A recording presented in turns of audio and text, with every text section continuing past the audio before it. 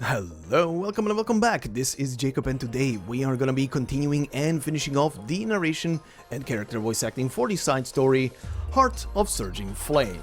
So this will be the finale of this narration, meaning we're gonna finish off with both the story that we have left on the main stages, the EX stages, and of course the boss battle for the main stages will be included like always.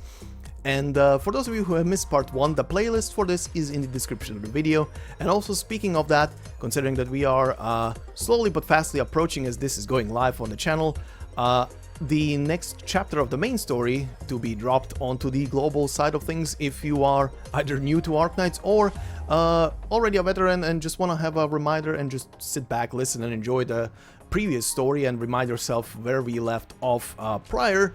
The playlist for the entirety of the main story rather is in the description of the video, so just sit back, relax and listen to the story being both narrated and voice acted at the same time. Alright, and of course, thank you very much for the likes and the comments on the previous episode, much appreciated as always. They both mean a lot and help a lot in the algorithm, so keep on coming. and thank you of course. But this is part 2 regardless, so we shall do a quick recap of part 1 and then we proceed into our part for today. So then, let's begin proper with on the previous part. Well, we started the story about a discussion essentially about the Siesta volcano potentially erupting at some point soon, but the data is unclear, not fully clear rather, and the two talking are discussing that maybe they could find someone who can help them among the tourists that are currently swarming into Siesta for the Obsidian Festival. And then we cut very quickly to, well, the very people who will be helping out with clearing out if the volcano is gonna erupt or not, aka Rhode Island personnel, including the doctor and Amiya. And there is a lot of Rhode Island personnel currently in Siesta, as Rhode Island is very close by and people are using this opportunity to have a mini vacation right now. Considering that it's been canonically only a few short months since the events of episode 8, aka chapter 8 of the main story, yeah, they needed a they needed a break. But anyway, a lot of Rhode Island personnel is in the city, and as Amiya and the doctor are pretty much leaving the hotel, they immediately run into Sora, proceeding to run into Skyfire and Province, who both of who go out to the volcano to collect some samples and some data. On the beach, the two of them, aka the doctor and Amiya, run into Gumi immediately asking Amiya for some help running the food stall that she's at, and the doctor is left to their own devices. The doctor does run into Schwartz, who, as of that moment, they do not know yet, but they exchange a couple of interesting words and both parties just go their own way. We see a couple of faces, interesting faces appear as well on the beach, one of them being female tourist C, the meme is born, and another very prominently and suspicious individual by male tourist B, but yeah, potentially Bob. Anyway, we do later see a moment where the doctor gets immediately called by Province and Skyfire about some data that they have dug up and someone they have met at the base of the volcano. Namely, they ran into, as they were conducting their own research and figuring out that the volcano might be on the verge of a eruption considering the signs, they ran into Ceylon, who was being pursued by some originium slugs. They save her, exchange some words and meet up with the doctor back at the hotel. They exchange information, send the info to Eyjafjalla, who immediately confirms as well that yes, the volcano might be very due to an eruption very soon, might be days, might be weeks, but it will eventually, in a very short time frame, happen. Ceylon takes the doctor with her to go to City Hall and talk to the currently main guy, or rather the guy in charge, who is the secretary of the actual mayor, Ceylon also being the daughter of the mayor, and the current secretary is also doubling as the catastrophe messenger for the city by the name of Cronin. They do meet up with him, but Cronin very quickly dismisses all claims about the volcano being on the verge of erupting, claiming that his equipment is telling otherwise, and also claiming that the doctor is a fraud, which also prompts him to immediately call for a arrest, not just for the doctor, but also to detain Ceylon as she is trying to stir up trouble. The two of them do manage to escape, and on their escape they do run into Schwartz.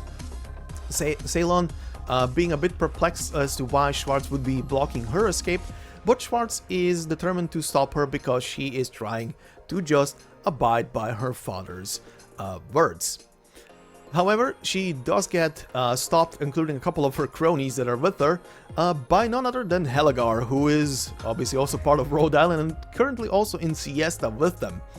He squares off with Schwartz as Ceylon and the doctor run away towards the beach, and very quickly realizes that Schwartz might be some mercenary that he has heard about in his days prior. The doctor and Ceylon meanwhile get surrounded on the beach, but do get also rescued by Ifrit, grilling up some booties of the cronies that are pursuing them and scaring them away. Later, Ceylon and the doctor meet up with Helgar and they exchange information. Or at first, the doctor and Helgar are exchanging information about Schwartz. Ceylon, overhearing the conversation, being a bit distraught upon hearing about Schwartz's past and the possible implications with her father as well, considering all of that, but catches herself a bit and proceeds to have a nice little jaunt around the city with the doctor while they discuss matters about the city, and at the end she does make up her mind that something needs to be done and asks both the doctor and Helgar for help about the matter. And that brings us to our part for today, and we shall start off obviously from stage 5. Now, I will say this. Yes, there will be a part in today's section of stage 5, and I am very sure that those of you who do know about this part are looking forward to it. Those of you who do not know, let's put it this way. To not spoil you, of course. When the scene changes to the office scene that you've seen many times before in many side stories, the usual brownish office scene, volume warning. Volume warning is all I'm gonna give you for this one. So, yeah, that's enough said. Anyway, stage 5. Titled Don't Stop Me Now.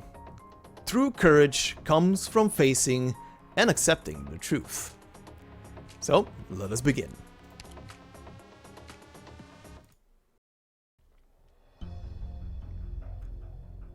On the broadcast throughout the city. Everyone, are you getting all fired up? In order to welcome the hottest concert in the Obsidian Festival, starting from 12 o'clock today, all the malls, recreational facilities, and even some of your favorite bars and restaurants will hold a variety of warm-up activities. You do not want to miss out. I knew you'd come here, milady. Schwartz. I knew you'd come here. After Cronin turned you down, you tried to use the broadcast tower to spread the news so that the entire city would hear it. This won't work, milady. It will only cause confusion and chaos. Perhaps you hate your father and the city, but Master Doikos has already given enough. This will lead to the demise of the Obsidian Festival and Siesta as a whole. I know that the news will cause an uproar and maybe even have far-reaching consequences, but the truth needs to be heard. I know Master Doikos has made mistakes in the past. Though he has done a lot of wrong, Siesta would not exist were it not for his actions. This has nothing to do with that. Feel free to criticize me if you must, but please do not do something that is beyond redemption. Do you really think I'm just some child throwing a temper tantrum? No, milady. I'll try to persuade Master Doikos, I promise you. But just for now, let's head back together. Schwartz, don't talk to me like that. I know you and Master Doikos currently do not see eye to eye, but for the time being, you should head home first. I told you not to talk to me like that. I know that you are trying to mend our relationship, but could you not be like that? Why can't you treat me like you used to? Talk to me as a friend, Schwartz. I am simply a servant of the Doikos family. Don't say that, Schwartz. I don't want to hear you talk like that. What happened to you? Why would you treat me like this? What are you doing? Seize her this instant. She's the master's daughter. Watch your words. But the mayor told you to give your full support to Mr. Cronin. Are you going to let her destroy Siesta with her poisonous rumors? Use your brain for a moment. She came here alone, without even the slightest show of anxiety. Do you really think she's trying to enter the broadcast tower? What? Forget it. Milady, you're using yourself to distract me, right? You still know me well. I wouldn't say that, milady, but since you didn't deny it, I can surmise as much. Right now, Rhode Island should already be at City Hall. What? That's not part of the plan. What's going on at the City Hall? I'd assume the thugs over there are getting a good beating just about now.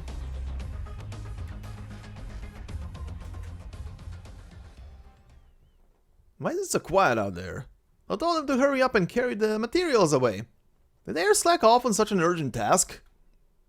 What was that noise? Did another fight break out? Whatever. I need to finish that task. Sir, please open the door. We have a package to deliver. Huh?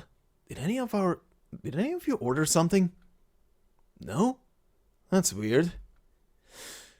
You've got the wrong address. But sir, the label on the parcel says it's right here. Get lost! If you keep bothering us, I'm gonna teach you a lesson.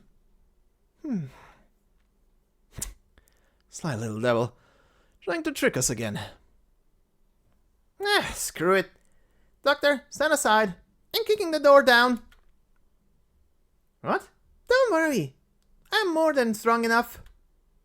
Huh? Huh. What? The main door? My god, what kind of monster are you? Friends, you mustn't be so rude to the courier. I always wanted to give that a try. And now there's this line. FBI, open up! But you already kicked the door down. No, Vigna, no, take it back. What, Doctor? What do you mean, take it back? Take it one step back. We need to do this in order. What do you... I will go over here. I will do a thing. And then you will repeat that line. Trust me on this one. Okay.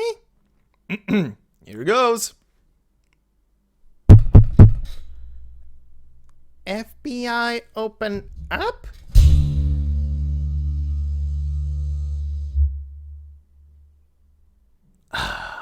Everything is in order. Anyway, continue.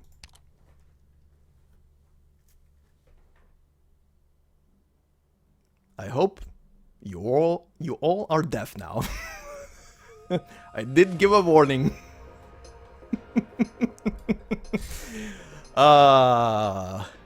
For anyone who wonders what the heck that sound was, well, the mic stand has springs.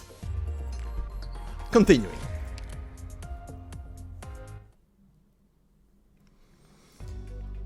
Schwartz, the years I spent studying in Victoria weren't just for show.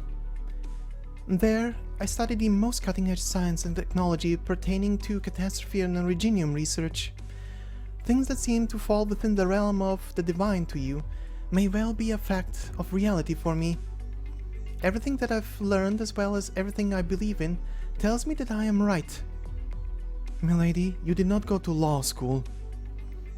Huh? What is Rhode Island trying to do at the City Hall? Searching for evidence to use against Cronin. Hmm? Cronin may be slimy, but he's not stupid. He's a catastrophe messenger. There's no way he doesn't know about the volcano situation.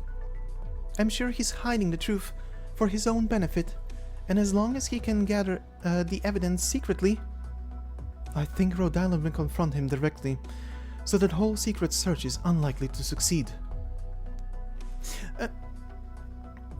It's fine since you're not there.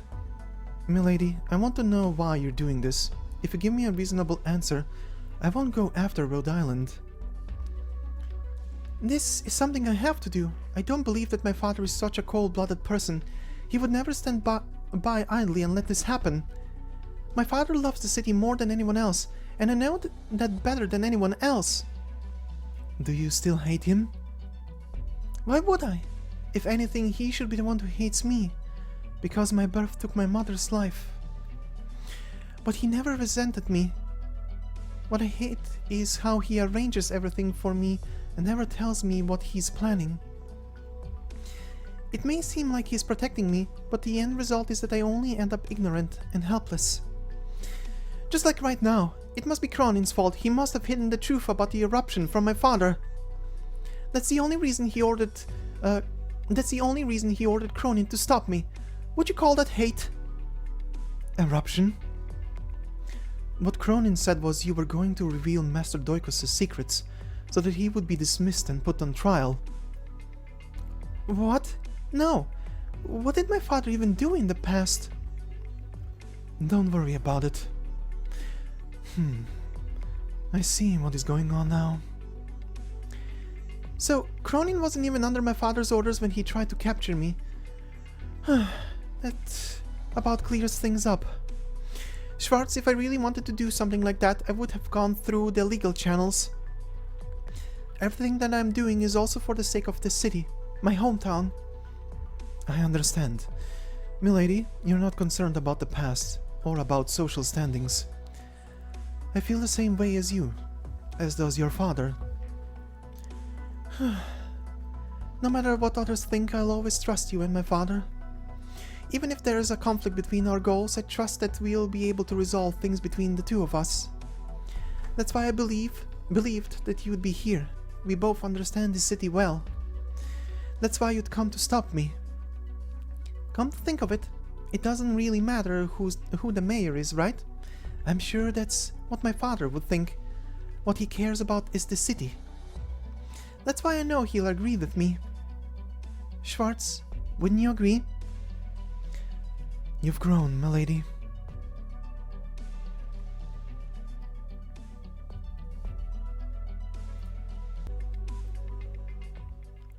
Alright, and we shall continue on to stage number 6, titled Killer Queen. The true villains always appear at the worst possible moment. Naturally, that's the best possible time for a moment for them.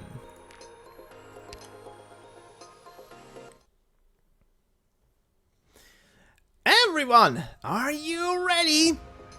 The greatest collaborative concert of the Obsidian Festival will begin in just 3 hours. I think they're excited.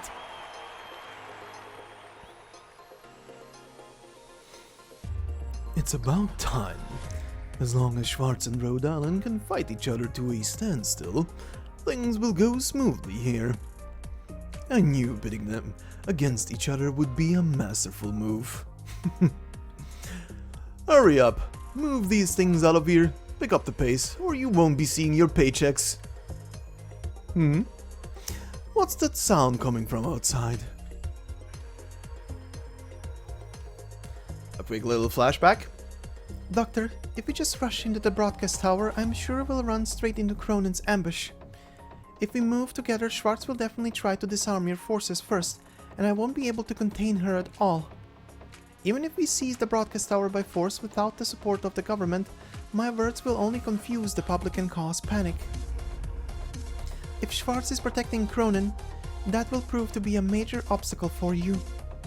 Most importantly, you'll have to figure out a way to find out whatever Cronin is hiding. Maybe Cronin really is innocent, but... In that case, we just force him to announce the news. Right, if that's what it boils down to, I don't mind using force since I was thinking the same thing. That takes some guts, Miss Ceylon. Maybe even borders on reckless. Rhode Island has already proven my conclusion through their lab tests. If I don't do this, countless lives are going to be lost here. I'm not trying to blame you, miss. I just don't get to decide whether Rhode Island can go along with your plan. Do you mean... Doctor, you should be well aware of our options as well as their consequences. What should we do? Well, we've already come this far. There's only one thing to do. So, who will take responsibility for this? Nobody, as long as no one finds out. That's our doctor. Miss Ceylon, let's go before it's too late. Doctor, Do what you have to do. I understand. I'll hold Schwartz back. Besides, there's something I must do. I need to know the answer. And now flashing back to the present. Schwartz, why are you pushing me away? Milady, you've received an education in Victoria. You belong somewhere better. Don't stay here and struggle with people like us. No, I don't agree with that. Schwartz, what do you think I see you as? And what do you think of me as? I am not the person you think I am, milady. Because you've killed someone? Because you've killed many people? No, milady, that's enough. Perhaps we're both mistaken, Schwartz. I don't want you to know about that, milady. Sorry. Milady? I already know. I've already heard about your past, even if it's just a little bit of it. I'm sorry if you didn't want me to learn about it, but I can't just feign ignorance. No, milady, you're not supposed to know that. You should have... I should have what? Kept doing what was expected of me, kept studying hard, and then rise to the upper class, as if... I'm not some delicate flower, nor am I an ignorant little princess. I have something that I must do. All of us have a responsibility to protect Siesta. You and I, and my father as well. None of us are bystanders.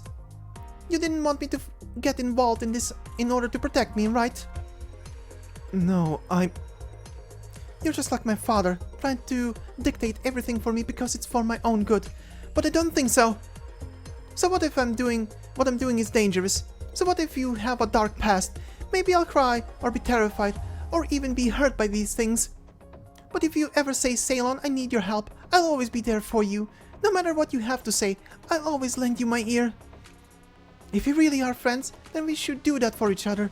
How can we be considered friends when you're the one doing the giving? So, Schwartz, would you help me right now? You asked me before why I'm doing this, and this is my answer. So, would you give me your response, Schwartz? If what happened in the past is truly in the past, could you be my friend again? Just like before? Milady, I'm sorry. I'm sorry for what I've done and said. My actions have caused a misunderstanding between us that never should have happened. Milady, you are my friend, and you always have been. Are you two still chit-chatting? What's the verdict? What's going on over there? Milady, please tell me, what are we going to do next? Huh? I'd like to spread the news about the impending catastrophe through official channels. Rhode Island should be collecting evidence against Cronin as we speak, and he'll soon be kicked out of the city council. However, after the news gets out, the Obsidian Festival will have to be cancelled, and the Siesta will have to move. Don't worry, milady. Really?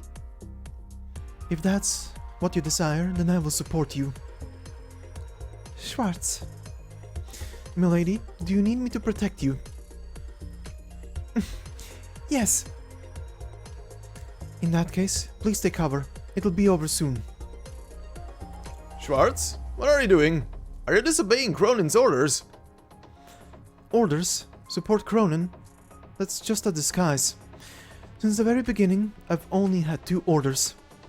First, Master Doikos asked me to collect evidence against Cronin, including his secret manipulation of V3 Industries and his unauthorized harvesting of obsidian. Now that the truth has come to light, the gig is up. Get them quickly! Seize both of them now! As for the second order, you just heard it. Milady asked me to protect her.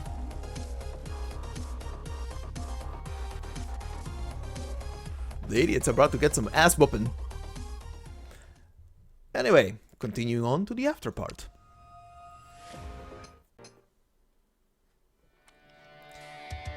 They've all been knocked out. I never knew you were so powerful. I've thought about it before, but that's why I didn't want you to know. But that was amazing. You were really cool, Schwartz. How'd you jump that high? You ran up that wall and did a somersault. Then you spun around in midair and dodged all their shots. Then you turned around and bang, bang. You took them all out just like that. My goodness. Milady, you're making me blush. But, Schwartz, there is one thing I have to correct. I wasn't giving you an order. That was just a request from a friend. If you ever need anything from me, just tell me. Understood. What did I just say? Uh-huh. There is no need to talk like that. We're friends. Sure then. Let's head to the city hall now. I wonder how Rhode Island is doing. Meanwhile... These imbeciles, they can't even stop a little girl. But she's a Circassian, plus there are several others with her. It's only a handful of them. Damn it. What is Rhode Island doing here? Huh, feels like these guys are even weaker than Reginium slugs. Call everyone over right now. But Mr. Cronin, I don't think numbers are going to help. No such thing. Don't you dare take a step back. Hey, Doctor, did you find it yet? I still want to go and see that concert. We're going to miss it if we take too long here. I've got it. Huh? You found it? See? Meaning some sense in them works after all. Meteorite was right. Sometimes violence solves everything. Damn it all. Whatever. As long as I can get out of here, it's easy enough to forge a registration. Doctor, he jumped out from the window. Let's take everything with us. Okay. The general is still out there, right? I feel like this Cronin is going to have a tragic end. It would have been better for him to stay inside. Come on, Doctor. I'll help you out.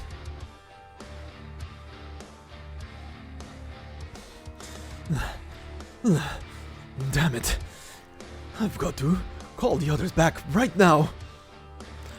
Last time it was Miss Ceylon and the Doctor of Rhode Island jumping up from the window. This time it's you. Karma is poetic, isn't it, Mr. Cronin? These things happen in life, sir. You... What'd you do to them? What'd you do to them? They'd be an eyesore to the beautiful view here. By the way, you've kept these young ladies waiting for quite some time. Schwartz. You two are standing together, which means... Well, in other words, you're toast. Doctor, please be careful. He may make one last desperate attempt. Damn you! All of you! Your plot has been exposed, Cronin.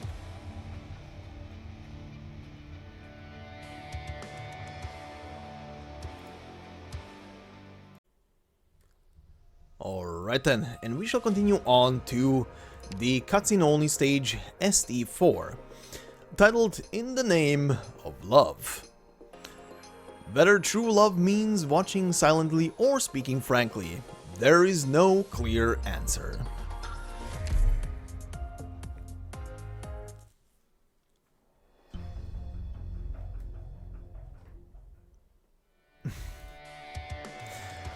So, you knew all along. How long did you expect this lie to last? Oh, the concert is about to start.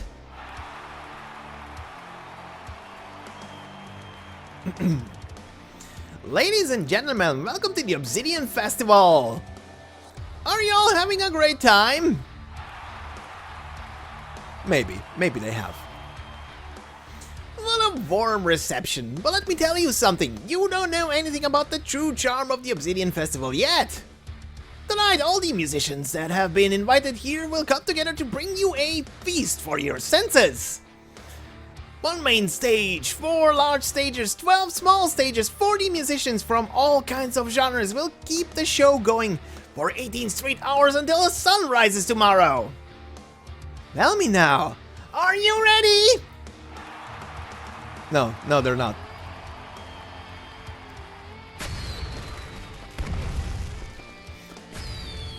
Ceylon told me about the situation with the volcano.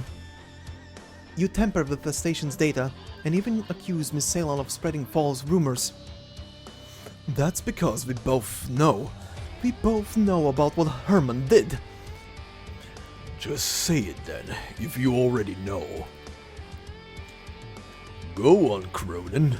But make sure to also tell them what you did when I was out on business. Tell them everything. Father? What are you doing here? Surprised to see me, Cronin.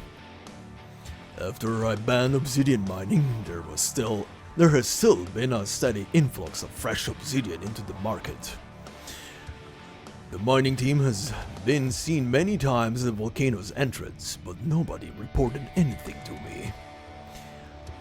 The resources they mined would be transferred numerous times before finally arriving at the City Hall's abandoned warehouse.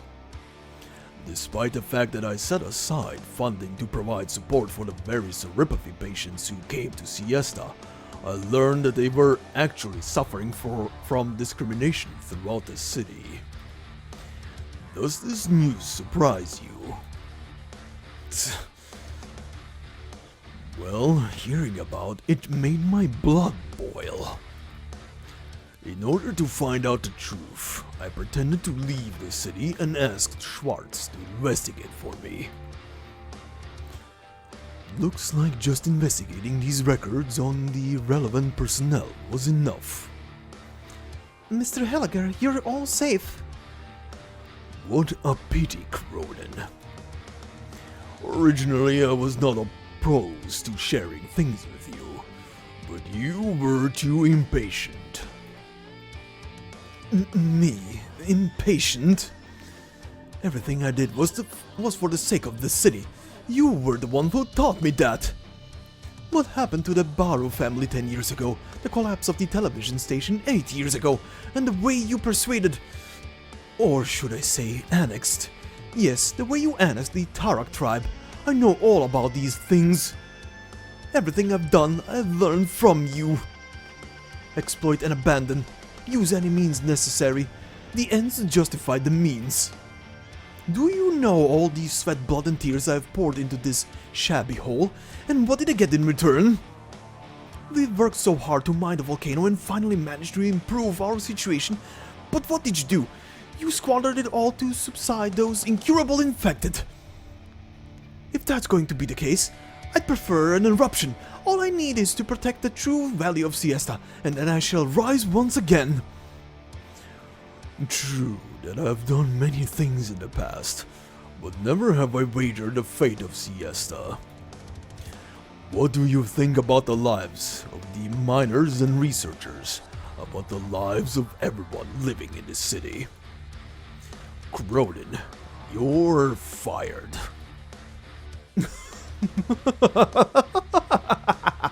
You senile fool.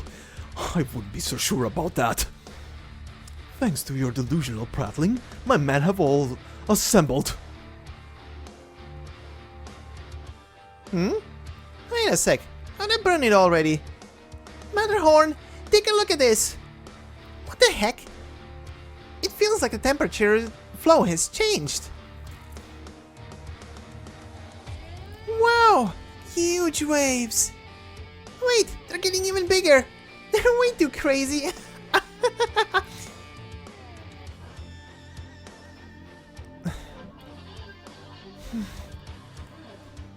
Why are you all quiet now? Don't you normally love to run your mouth? I'm thinking... never thought I'd see the day when you of all people would be stunned speechless. My mind is racing, give me a second to calm down. No, I'm not a geologist, nor do I know anything about originium physics or high-energy originium arts, but... high-energy arts has nothing to do with the ecology of a volcano. I doubt that stuff is going to fix our problem. If there's no other way, maybe I can create a giant vessel and transfer all the energy into it. But I need several years to draft arts like that. Impossible. That's not gonna work at all. I have no idea about any of that. But what I do know is we're in serious trouble. Very serious trouble.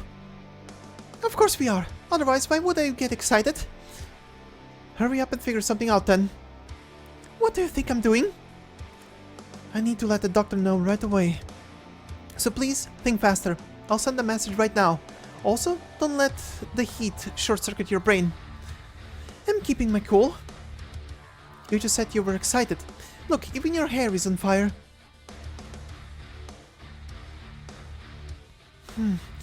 Massive geological shifts caused by a disruption of the ecological chain. Aha! It's not doomsday just yet.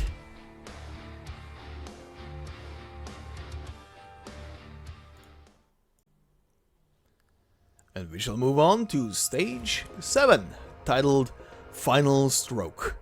A brightest firework in the grandest ceremony is a thrilling idea, if only the villains don't think so.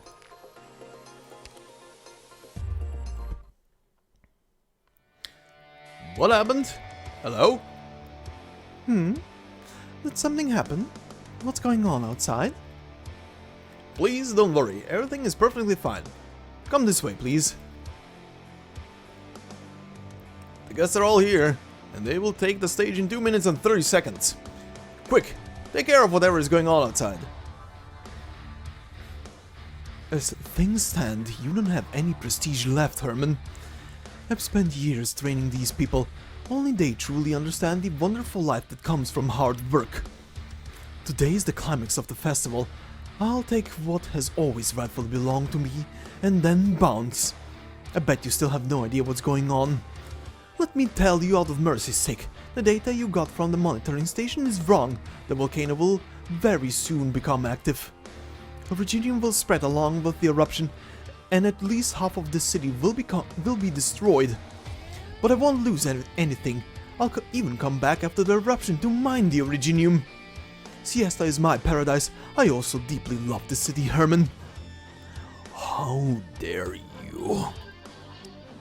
Of course I dare, as the catastrophe messenger of the city. But all you can do is witness your defeat, then the destruction of Siesta. Of course you will get the honor of dying to the eruption of the Siesta volcano. Other than me, nobody else shall know about the secrets of this city. Don't underestimate Rhode Island. Rhode Island? I'm disappointed in you, Cronin. Disappointed? You're the one who's disappointed. No, I'm disappointed in you. I'll never forget the days when I lost my home, those sleepless nights in the dumpsters trying to take shelter from the elements. Wealth is a key to a new life, and I've since come to understand that. But what about you? You wasted the money you worked so hard to earn on some infected filth. Are you going to bury the infinite potential of Siesta beneath your hypocrisy? Take a good look at yourself, Cronin. And take all the time in the world to reflect upon what you see in prison.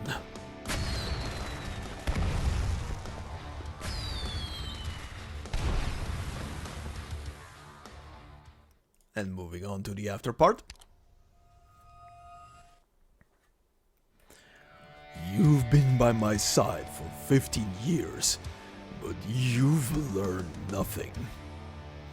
All you've managed to pick up are some unsavory tactics. What a dullard you are. Dullard? Old man, surely you didn't expect me to be out of moves already. What's going on? Could it be the earthquake preceding the eruption? Come, it's finally here. Turn into ashes along with the city. It's too late now. Even if you take control of the broadcast tower, the people will only start panicking.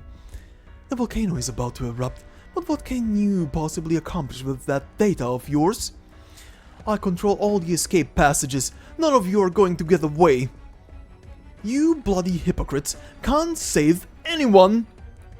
Everything will be burned to nothingness along with the city. Doctor, what do we do? Get all the operators to help with the evacuation now. Doctor, should we mobilize the entirety of Rhode Island? Doctor, can you hear me? I finished analyzing the volcano. If we act now, we can still buy more time. Doctor, we've already determined the underlying cause of the volcano's activity. There is a good possibility that we might be able to stop the eruption. Everyone, please stay calm and listen closely. If we follow my instructions, we will be able to delay the eruption. We can definitely help, if it's really something within our power. No, please, let us handle this. Cronin has been plotting this for a long time. His henchmen must be all over the city. This is the critical moment. Schwartz, Mr. Helliger, you have your own duties. We can leave those things to the others. But this is our mission. Ceylon. Agreed. We're catastrophe messengers, volcanologists, and originium researchers. None of us will just sit and watch while people's lives are threatened by something predictable. What's more, there are people who would use their knowledge to deceive others and line their own pockets. As a catastrophe messenger, I can't tolerate seeing people like that. I've never seen you get this serious before, but I understand. In any case, Mayor, allow us to aid you with the evacuation. Very well. Schwartz, you should come too. Ceylon said she can handle this. Milady, please be careful. Have we finished deciding? We don't have much time. Okay, let's get going. Right now.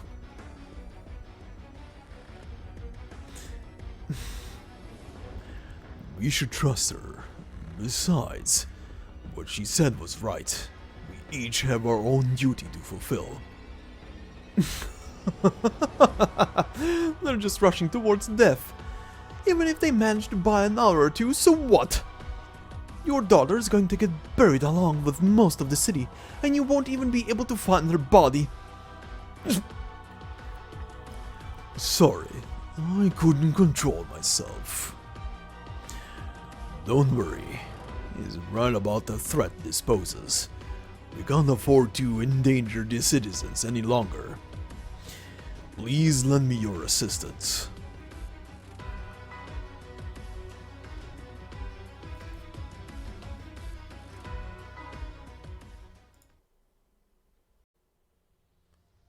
Alright, and let's move on to stage 8, titled Siesta Rhapsody. A giant creature assumes the role of the last boss, by no fault of its own. Sometimes that's a more satisfying conclusion than some desperate villain. And of course this is gonna be the stage where we're gonna be including the battle stage as well as the boss description, but first let's go through the preceding cutscene. So let's begin.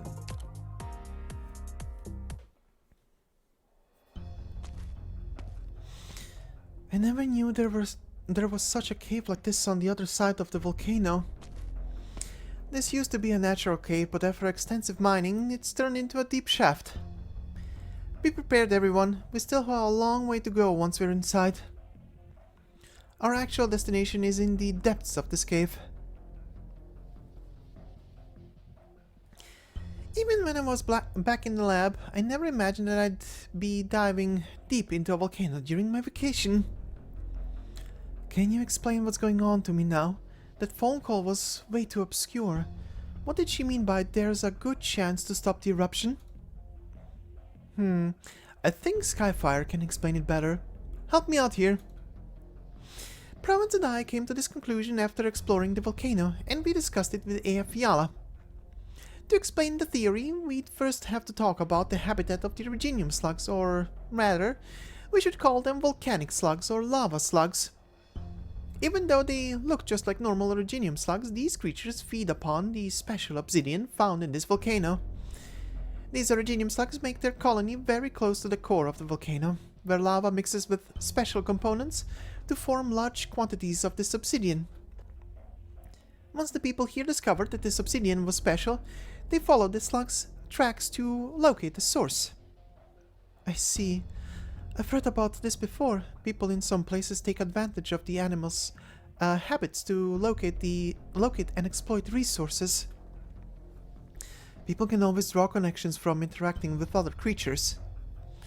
The problem is there hasn't been an eruption in a long time, and the supply of obsidian started to dwindle. Overmining doesn't just affect the industries involved, but also destroys the Reginium slug's natural habitat.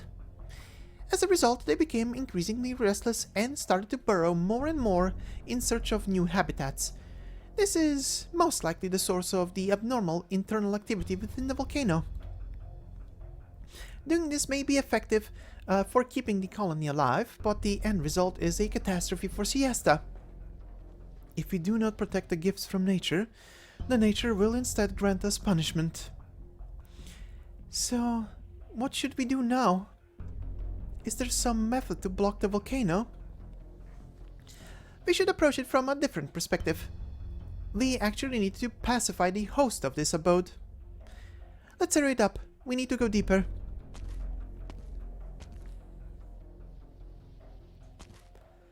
It's getting hotter and hotter.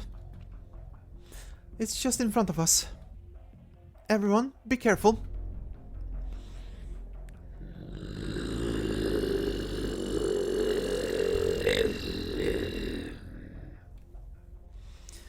That roar, it sounds as if it's crazed. Of course, these slugs are not intelligent enough to individually explore this volcano so extensively, so there must be a queen in the colony. She is the host, and we're searching for. We're supposed to find that queen out of all these slugs? What are you talking about? This volcanic Reginium slug is powerful enough to trigger an eruption. She is the true host of this volcano. We should definitely be able to discern her from a glance. The possibilities are endless for organisms that evolved under extreme environmental conditions. You never know. This slug might be powerful enough to melt an entire defender squad. Are you saying that these tremors were caused by a single Reginium slug? There is nothing to be afraid of. As long as I'm here, it doesn't matter how much these slugs have mutated. What's that?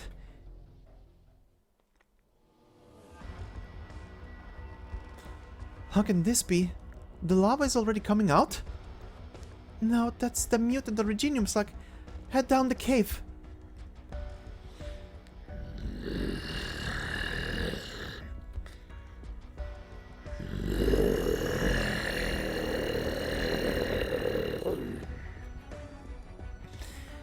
The temperature is rising. No Reginium slug should be able to maintain such a high temperature.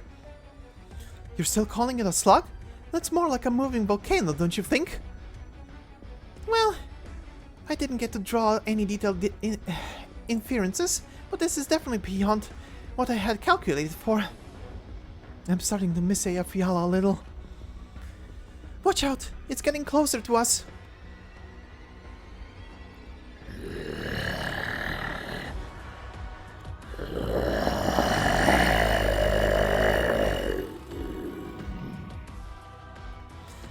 It can even melt through the ground?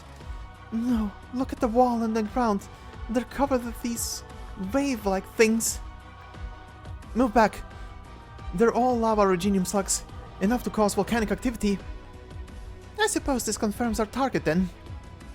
As long as we can pacify it and redirect its route, the citizens should have enough time to evacuate. Hold on.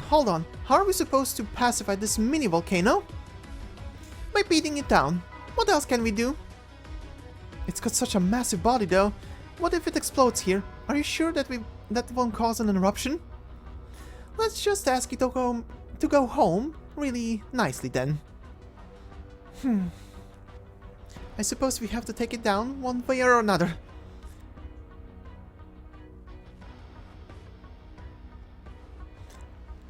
And of course, this is our original introduction to our dear friendo who likes to appear in many places. Good old Pompeii. And as it says here, a massive infected beast. These aberrations were born in a special high temperature environment. Nobody wants to approach these creatures due to their grotesque appearance and the extreme heat they give off. The existence of these giant creatures has been known since ancient times, but to see one warped by infection is terrifyingly unforgettable. Yeah, it's so unforgettable that this thing will be appearing in so many places as a repeat boss, because it's always fun to fight a volcano, right? But anyway, we shall tackle this with characters present and let's just call it present in spirit. But well, at least these 6 appear in the story, so there you go. But anyway, this will be the team. I will not be talking during it, I will just let the stage do its thing.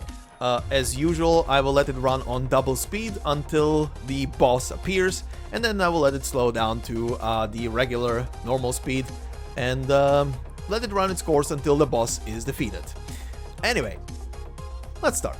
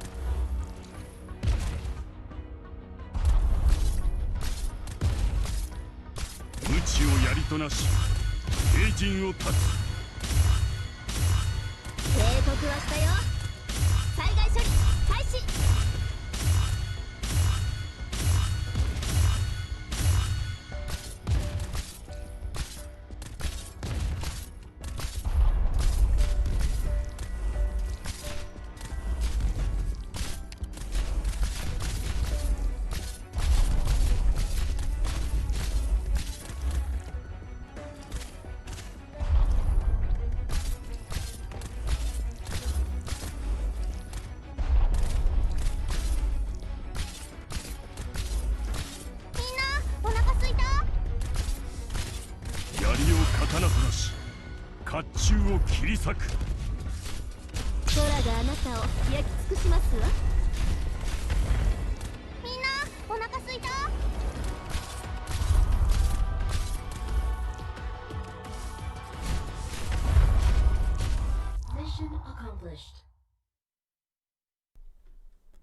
あなた方焼け野原になってしまいましたが、何か残したかったのかしら。 And there we go. And actually, got lucky with who appeared on the victory screen. So then, let's proceed. Also, thank you, Eisen and Province, for murderizing a volcano. Anyway, continuing on to the after part.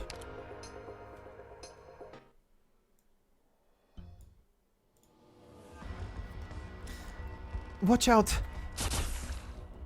Huh. Hip! Is it really getting weaker? I can't tell from the appearance at all. Watch out for the lava! Just how much obsidian has this thing absorbed?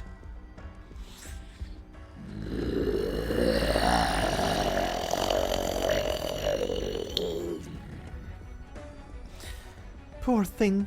But we can't afford to show it any mercy. Skyfire! Alright, I got it. Time to go all out. Well then, how do you like the taste of this?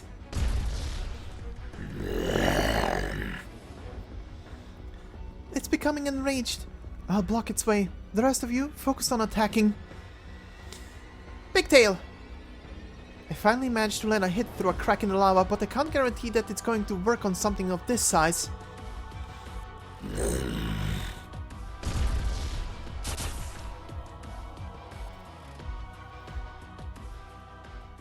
We did it! It's heading the other way. Yes, the citizens are going to be safe now.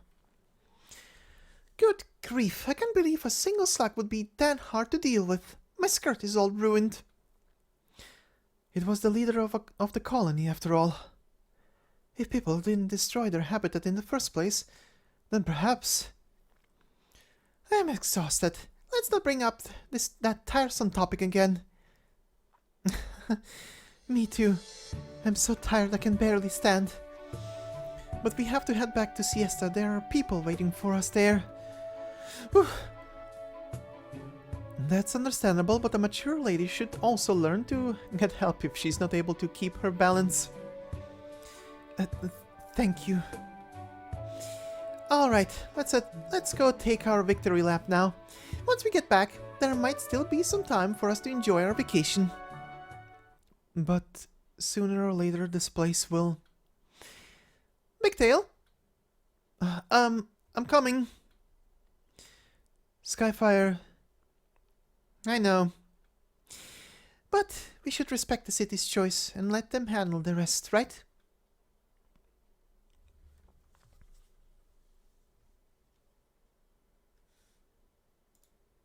Alright then, and we shall move on to our original final cutscene. As a reminder, if I am not completely incorrect, the ST6 cutscene was added a year later on the rerun. ST5 was the original final cutscene. And you will see that it definitely is the final cutscene of this event when we go through it. But it also very shows that this one was added a year later, and you will see what I mean by that once we start going through that one. But let us round up the event with the original final cutscene on ST5, titled Love of This Life. The many stories passed down over time may seem simplistic, but they may well be equal parts heartwarming and heart-wrenching.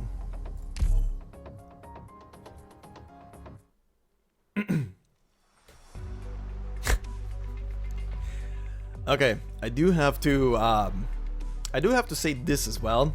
I appreciate that they actually made a different model for Amiya for this for this side story. However, she will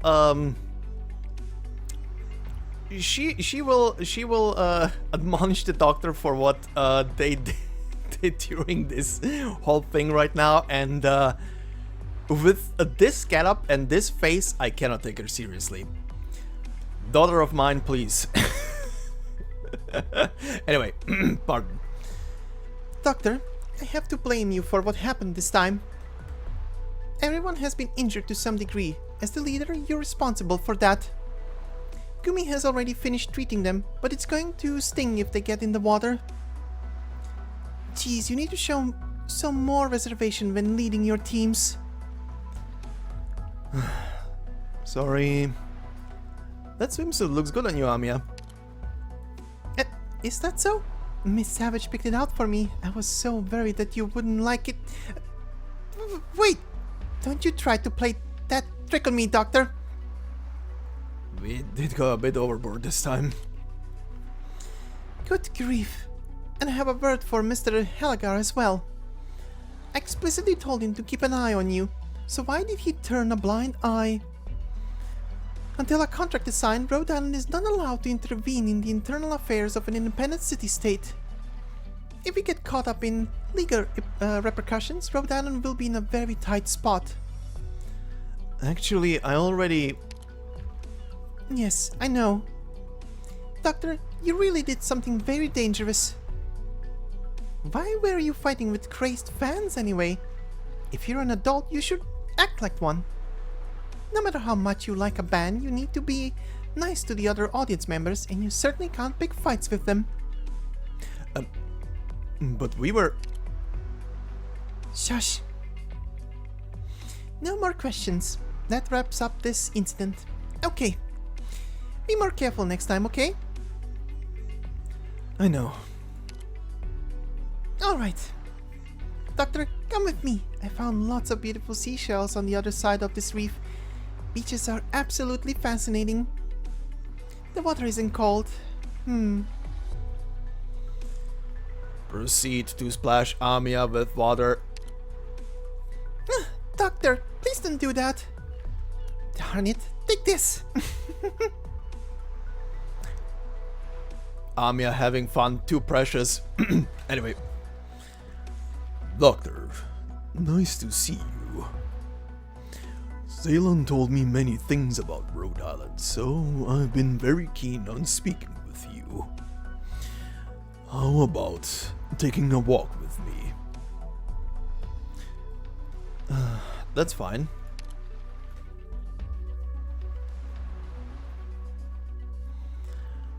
Thank you, Doctor of Rhode Island.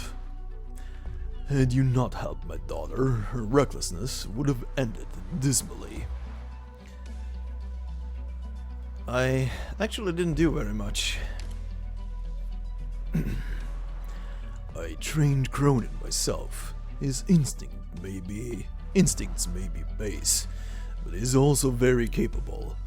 That's why I turned a blind eye on him all these years. However, as of the last few years, he's gone down a dangerous road, and I can no longer trust him.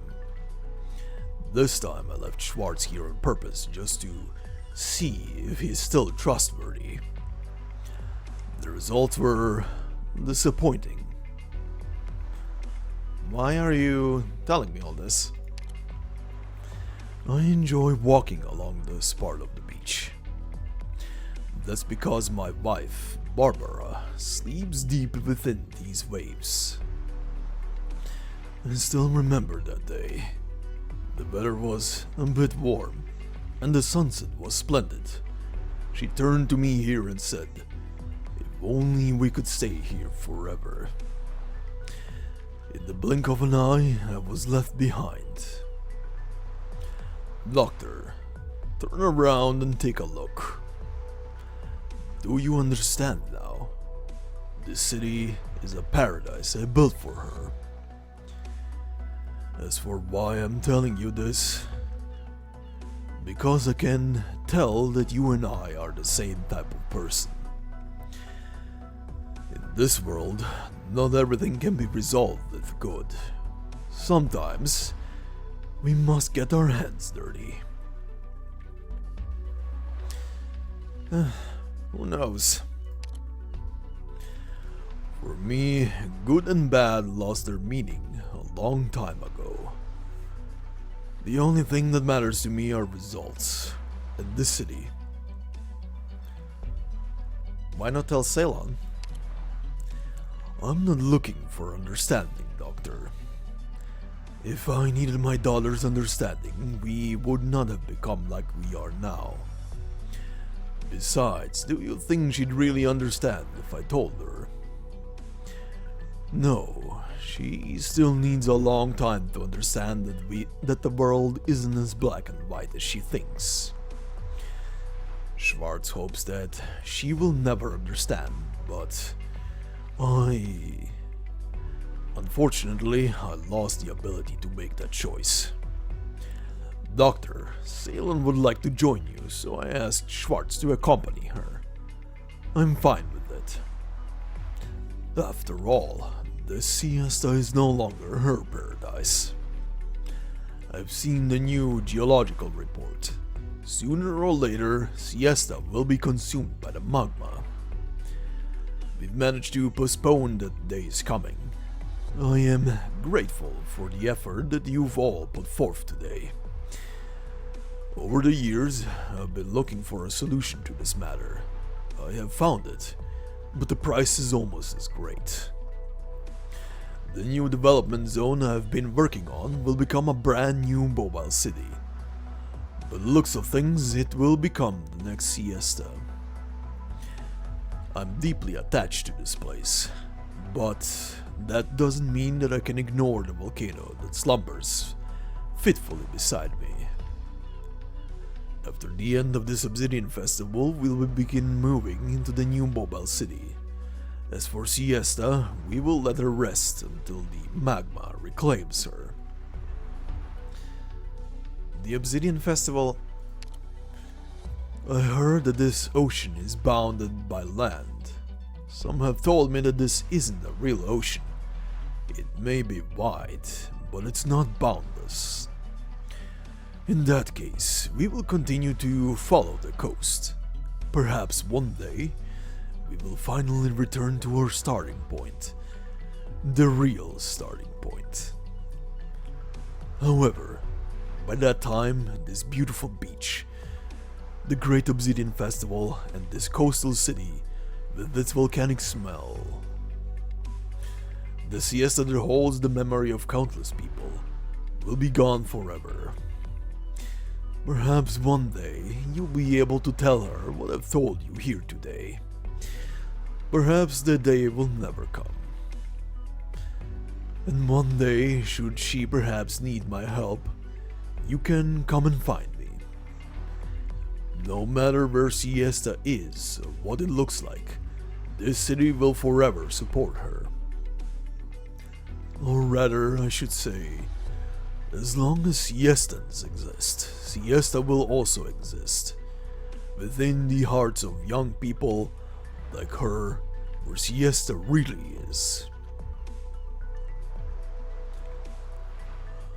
Now seize the day and enjoy the Obsidian Festival. At least until we find another suitable location. We'll have to suspend our collaboration with Siren Records. I have a lot of things to discuss with them. Schwartz seems to have something to tell you. She's over there. If we keep talking for much longer, you won't have anything to say. You should hear her. You should hear it from her. Sir? Don't mind me. This is between you youngsters.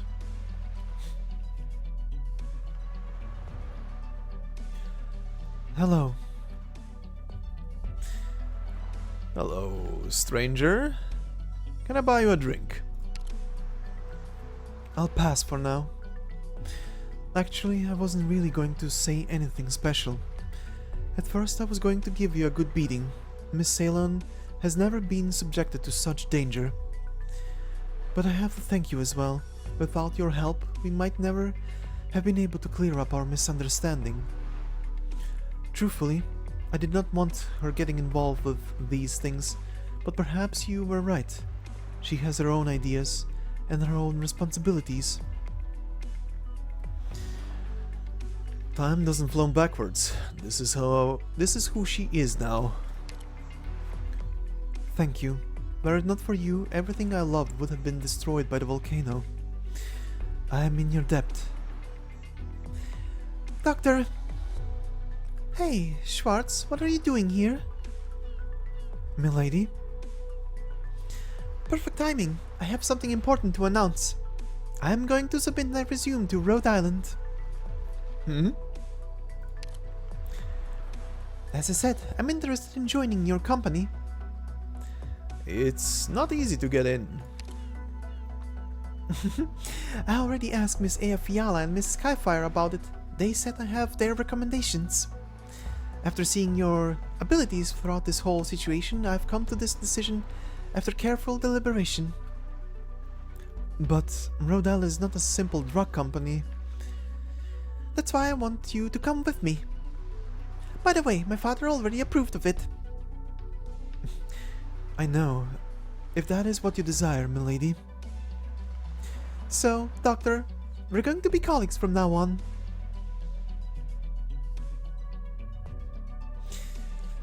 Come on, Doctor, the experiment is about to start. Fine, forget it. Schwartz, go drag Doctor over here. Your voice is loud enough to crack the ceiling, milady. I'm sure the Doctor has heard it. Doctor, I don't know what you're waiting for, but in times like these, Miss Ceylon won't care what we're thinking. It would behoove you to walk over there yourself. It'd be a bit unsightly if you really wanted me to carry you over. Don't worry, I'll keep an eye on her.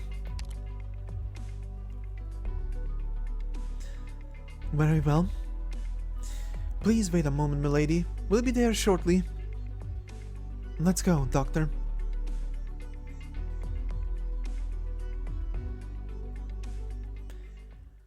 And that is how it originally ended.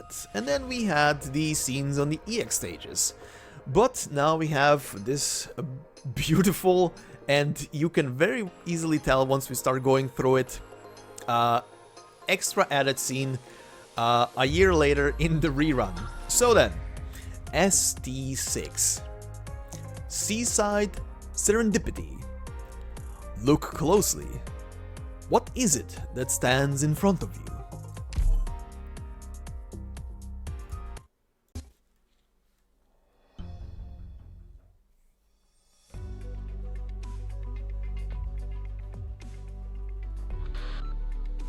Hello? Excuse me, is anyone home? There's no way you'd be refusing to pick up again, right? Hello? Oh, there you are. Hey, I finally got through. You should have made it over there already, yeah? So how's Siesta? On a load of this, the doctor said it's so hot over there, people sometimes pass out on the streets. Then they get woken up later with free beer. That true? By the way, which celebrities did they book for the music festival this time? Is the Emperor gonna be there? Oh, have you seen anyone from Alive Until Sunset? I play their songs on as my background music. Listen to this one! If you have something to say, spit it out already. Otherwise, I'm hanging up. Wait, hold on, come on, bro, don't be like that. I do have something to tell you, so don't hang up, man. If you wanted to come that badly, why aren't you here? Because I can't, man. Did you think I wanted to stay behind? Since all you guys went, someone had to stay behind on the ship. Plus, I also had some internal stuff to deal with. You know, that Gabriel, she... Stop. Don't tell me about your missions. It's nothing classified, but still, there is that one thing that's rather... If it's important, get to the point. 30 words or less. Not cool, bro. Has anyone ever told you you can be a real wet blanket at times? Nope. Poor chap. They must all be too afraid to tell you the truth. I'm hanging up. Fine, I'll cut to the chase. The source isn't that reliable, but there might be some trouble at this music festival, but since I know you don't really care about that, please ask for an autograph if you happen to bump into anyone from Alive Until Sunset. Big thanks in advance. Is that all? Huh? Yeah. That was 45 words. You went over by 50%. And if you blast music at that volume in the office, the engineering department will be there to smash your stereo within 10 seconds. Huh? Wait a sec. Did you need something? Disturbing the work environment? What are you talking? My bad, ignore what I just said. Seriously, it's my fault. Please stop! Just how much does this guy like that band? I can almost recite the lyrics myself.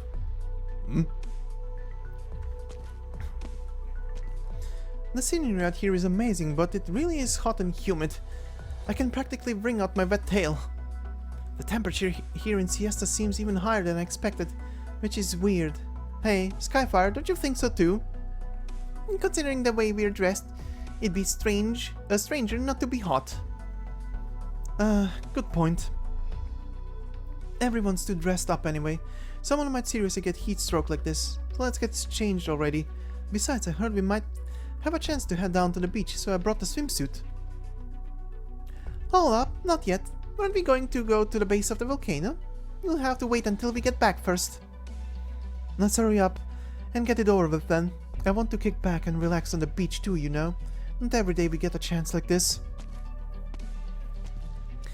So yeah, welcome to Thorns' adventure that took place along the lines of the story we just went through in this episode and the previous episode. Stuff happened, and more. The beach and the ocean. It doesn't smell like the sea here.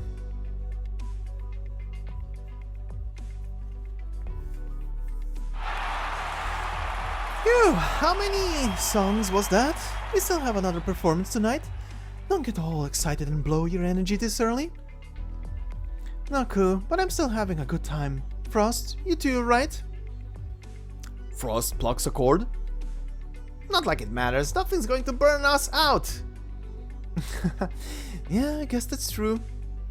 Alright then, before the night comes, let's party hard. Is this the band that guy is so crazy about? They seem like a really noisy bunch. Also, something's weird about them.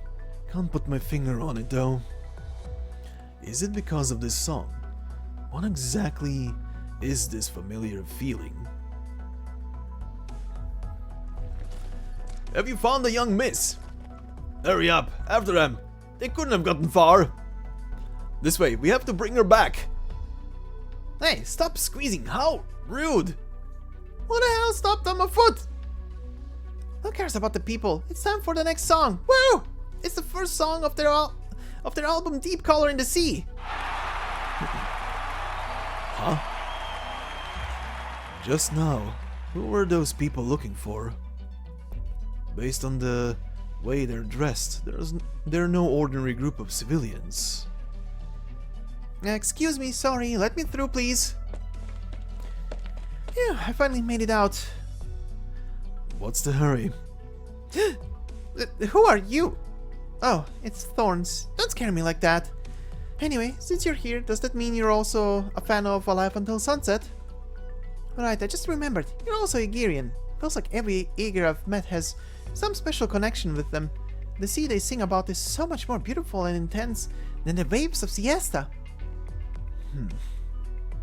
Ah, crap, that's not what I'm supposed to be talking about. The doctor and the others seem to be in a bit of a pickle, so I'm on my way to help out. Since you're already here, don't just stand there. Let's go help out.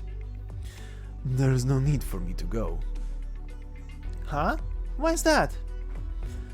They have the old geezer from Ursus with them this time. They'll be fine. That came out wrong. Rather, I did not receive any direct communications, which means my presence is not required. I fully expect that the doctor has a level of control over the situation. A commander of that caliber would never do anything to endanger our operators. Until I've received specific instructions, there is no need for me to participate in your operation. Don't underestimate the doctor and rush to your own arbitrary decisions. you may end up causing more harm than good. That's what I've inferred. Are there any issues? None. None at all, but I did figure something out. You and we definitely aren't getting along. Imagine having to think that much every time anybody asks you something. Oops, I don't even know why I'm talking to you. The doctor asked for my help, not yours, right? Alright, you just sit here and keep enjoying the show. I have somewhere to be. What's with her tone? I don't get it.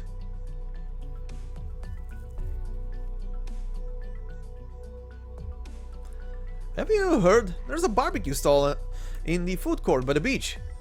They're having a hop-off deal and the line's snaking all the way out to the street. How about it? Wanna see what the hype is all about? Barbecue? In this weather? It's way too hot. I think I'll pass. Hey, don't be like that. Is there anything better for the fiery atmosphere of this music festival than some barbecue on the hot beach next to a raging charcoal fire? And with so many people lined up, I bet the flavor's out of this world. It'd be a shame not to give it a try. We're on vacation and we came all the way out here. Come on, my treat. You're talking just like my aunts and uncles. But fine, since you're so worked up about this, let's go check it out. Huh? What's the sound over there? The house members on a stage. What did you all say? Come on louder, I can't hear you. The fans. One more song. Encore.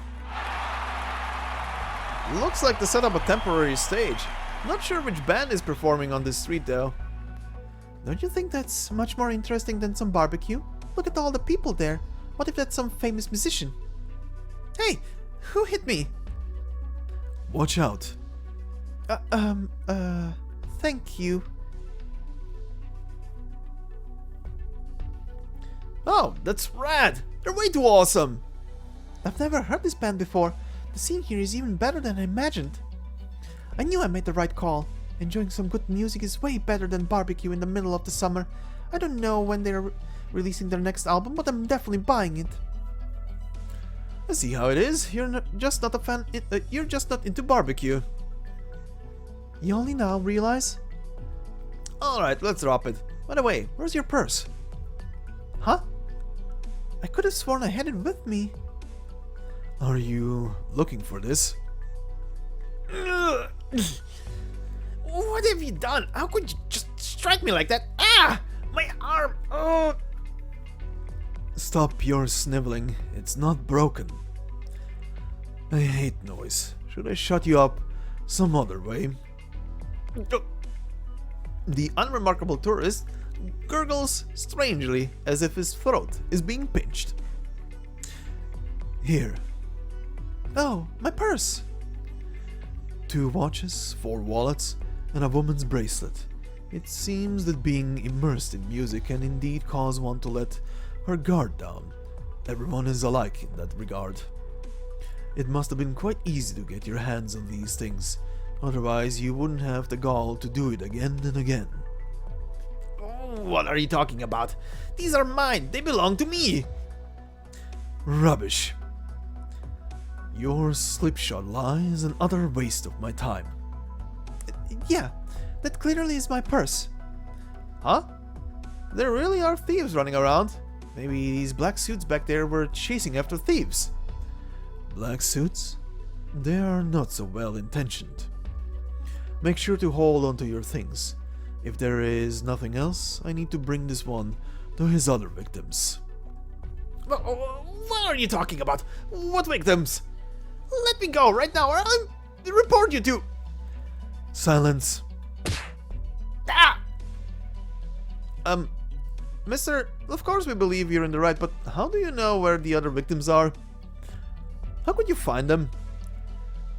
People like these often wait in places where crowds gather, specifically targeting foreign tourists before making off with their ill-gotten gains. This is a repeat offender. I made sure of this when I saw him strike the second time. I then followed him for 5 blocks to find his group's hideout. Don't act so surprised. You'll be able to see the others soon, at the police station. The one with the scar is your leader, right? He was pretty capable, and took me a bit of time. You even caught old Tom? Should have said so earlier. Alright. If you're that capable, I'll give up this time. Huh. You've been caught, and you're still talking big? Siesta is our city. What the hell do you know? So what if I'm caught? I'm just gonna get locked up for a bit. You piece of... forget it. There's nothing worth saying to someone like you. Hey, mister. I really can't thank you enough. Don't worry about it. Wait up. Where are you going? I don't need any reward. I was simply on the way to help my friend sort out some trouble. Just took a little detour. Don't say that. Let me show you some appreciation. Besides, you're pretty cute. Want to get barbecue together? I heard there's a stall with a line around the block. The food there is supposed to be amazing. Since we're on vacation anyway, how about heading down together to give it a try? I'll treat you. Wait a sec. Didn't you just say you weren't into barbecue? That was a totally different situation, though.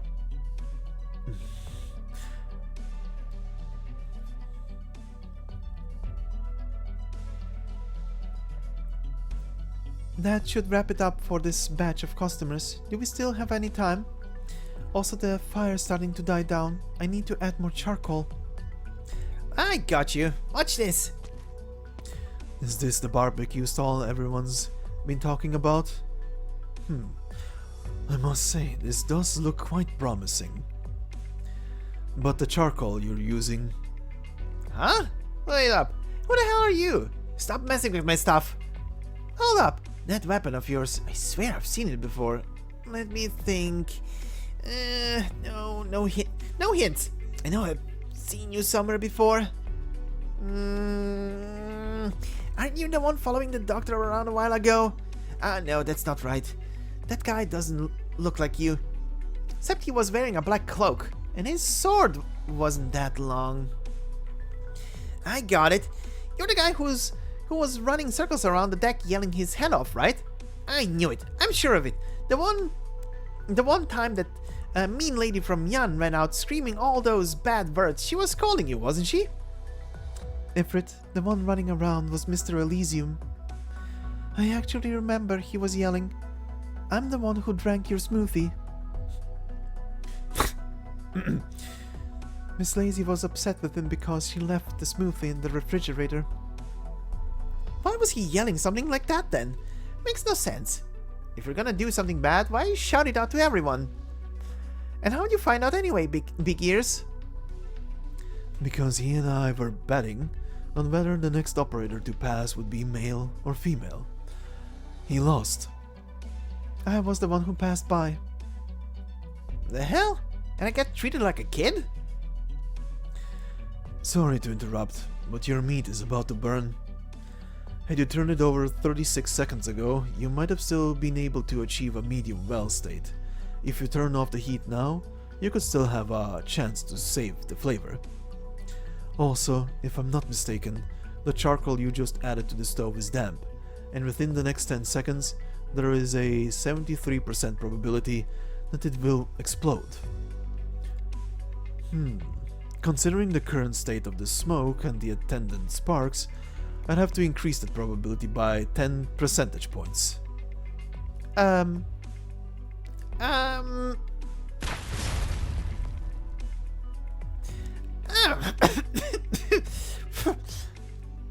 it, why does this busted old stove just decide to explode? Can you control it a little bit better? I barely gave it any heat at all.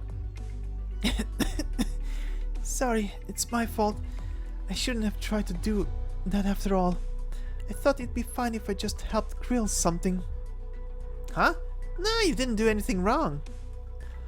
I'm very sorry, Ifrit, Mr. Thorns, and to all our guests as well. I will compensate you for your losses. I'm I'm not going to hold you back anymore, Ifrit. It's all you now. In other words, you're quitting? Just giving up? No, it's not that I'm giving up. I just don't want to cause any more trouble. This wouldn't be the first time or the second. It's the same as when I was on the ship. Every time I enter the kitchen, there is always some kind of accident. Every time, without fail. Then try again. If there's something you don't know, go learn it. If you fail once, fail a second time. If you fail a second time, fail a third time. Now that you know the cause of the accident, avoid it next time. Compensation is unnecessary. Accidental explosions of this magnitude occur all the time and are insubstantial. Ifrit, How long are you going to slack off? Huh? I said, how long are you going to slack off? Come on! Damn it, hold this. I wanna get the stove set up again. Stop gawking and get back to work already. You're the one who ran over here asking to help out, so don't you dare think of slinking off. Hurry it up. Once it's done, you'll grill the next batch of meat. I'll change the charcoal. Me? Are you sure? Got a problem. Nobody ever said you can't. Or did you decide that yourself? What a pain. This box is buried so damn deep in the sand, and it's so heavy you can't even dig it out. Hey, where's the pepper? Why the hell is there no pepper? Ugh, this is pissing me off. Excuse me, I've heard of some delicious barbecue being sold here. Would you happen to know where that is? Oh, it's Ifrit and Cutter. What are you two doing? Do you require my assistance? Oh, perfect timing. Come. We could use the help. I really need to dig this out. Very well. There we go. I always thought you were only good for playing with sand, but turns out you're pretty handy. Ifrit, that's rude. You're always misunderstood because you say things like that. Huh? Who cares what other people think about me? Is Ifrit not offering me words of praise? Huh? Is she not? Ifrit sometimes calls people dumbasses, but I understand that this is also a compliment. You dumbass! Think before you open your big mouth. She jumped up. Right, and if you wish to play in the sand, I heard Dr. Gabriel is about to plan a trip back home, so you should be able to go and play with her. If I remember properly, there is sand near her house. Who the hell wants to play in the sand? I'm not some kid. Really? I would very much like to go. How lucky. I'm also a bit homesick, but I cannot return until I finish my journey. Homesick? I don't know what that's like, but as long as I'm with Silence and Saria, anywhere is home. Is Rhode Island not good enough? I think our situations are a bit different, but if Ifrit is fine with it, then maybe I should be as well. What's the difference then? Explain it so I can understand. Let me think. For me, I often dream of my home, of a shaking golden cradle, of my mother's dry and rough hand touching my cheek.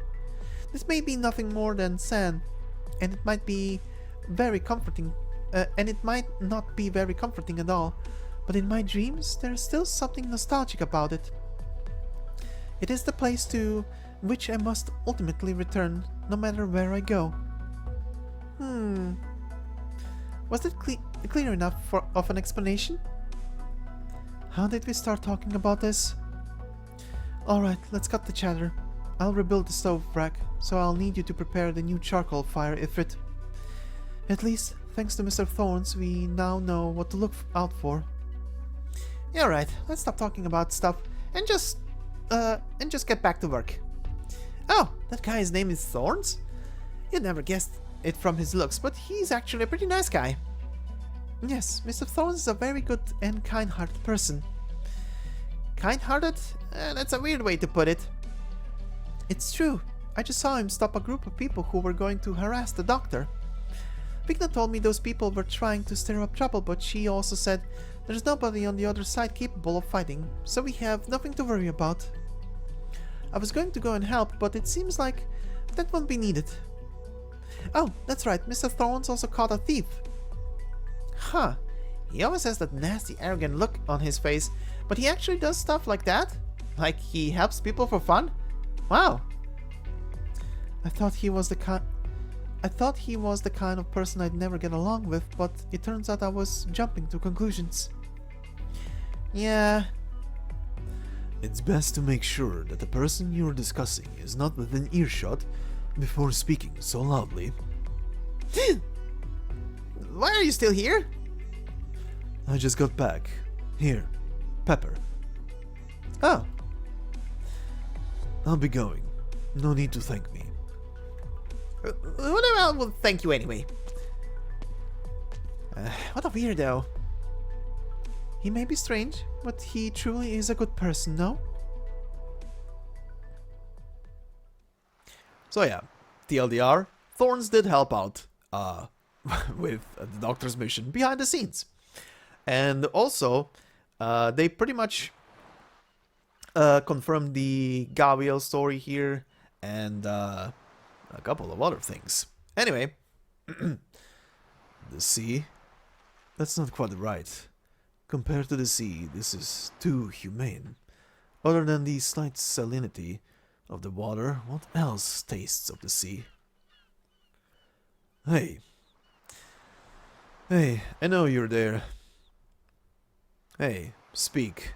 You've been standing behind me for quite some time now. No way. How'd you catch me? You must be pretty awesome to be able to sniff me out. So what do you think of the view? Not bad, huh? The singer from that band. What are you doing here? Huh? You know who I am? Are you a fan? Want my autograph? Not really. Don't change the subject. No, that's too bad then. Do you want a CD then? No thanks. I'm just joking. We'll just keep CDs on them anyway. Has anyone ever told you you're kind of a wet blanket? Yes. Listen, you're not a wet blanket. You just don't care. I'm here to appreciate the ocean. The songstress gazes out to where the sky meets the sea. Her hair sways in the sea breeze, taking on the shape of the waves. But this is no ocean. Siesta's beach is beautiful. The more beautiful it is, the more I'm convinced it's not like the sea at all. The place we come from is nothing like this at all. People who come here to see the ocean will definitely feel cheated. Do you ever miss home, mister? Songstress, what are you actually here for? You still don't get it? Don't dwell on it too much. I'm just shooting from the hip here. I say whatever's on my mind. It's a bad habit I can't kick. Don't avoid the question. You're an Aegir. That I am. But I also am not. I really dislike when people speak in riddles. How about you ask me directly then? What? Weren't you going to ask me something? This is a really special opportunity, you know? Weirdo. Waste of time. Didn't we all come here to waste some time? Being able to treat yourself and waste time is what I call a good life. If you're out here just trying to survive, you don't get a chance to waste anything. Maybe you're right. See? Want my autograph? Give in already. Here. Let me just grab something to write on. Like this poster. The pink-haired Aegir scribbles swiftly on the poster. Here, my autograph. Hey. It's a reward for talking with me, okay? It's not every day I meet someone like me. It's not every day I meet someone like me from the old country in the outside world. No, you're wrong. I'm not like you. Thorns opens his eyes wide, and looks directly into the singer's pupils. The singer blinks, her gaze following Thorns' hand as it slowly crawls towards the hilt of his sword. You didn't even try to hide it. You aren't a big fan of our songs, I know that. But I'll still give you my autograph. Why? You...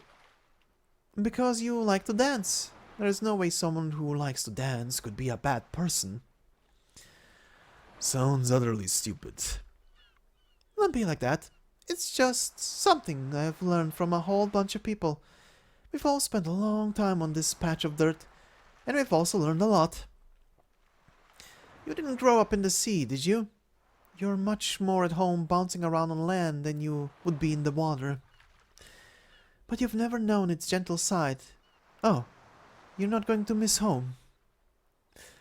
Iberia is my only home. So the ocean is not your home. You have no feelings for it. No. I've drunk from it. I don't swim in a lake.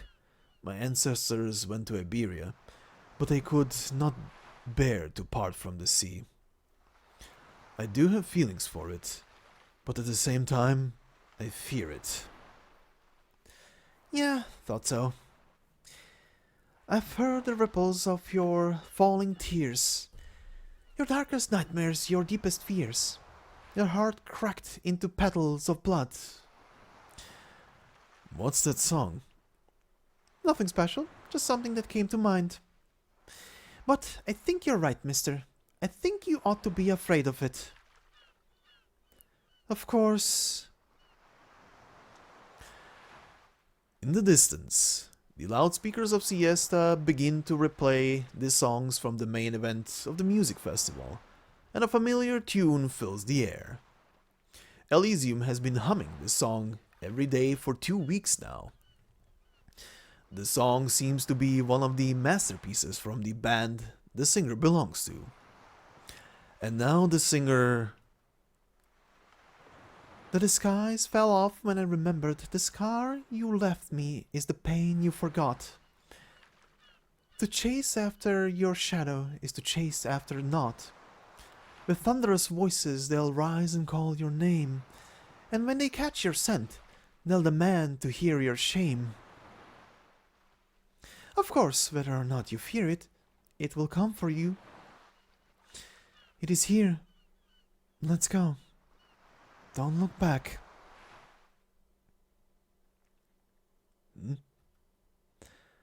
What is she talking about? What is that? What is that standing on the water? The fractured sunset casts faintly mottled shadows upon the water, pulling back the tide in grey waves. The sound of the world, the sound of breathing, is the sound of the ocean, which you listen to without speaking, or singing, or breathing. A moment passes, 2 moments pass, until dozens and hundreds of years pass in silence. It gazes into you. Its eyes bore into yours, yearning to slowly crawl in through your wounds.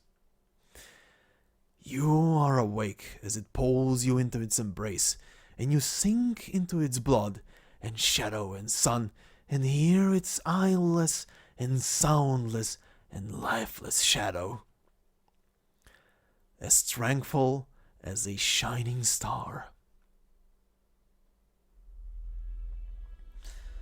Under the surface there is a waterway that connects to the ocean. It isn't strange that it gives off some ocean vibes. Hey, mister, wake up. Snap out of it already. I couldn't hypnotize you with my song. That makes me a bit jealous. You're the one who should go. Huh? Ah, that couldn't be... Yeah.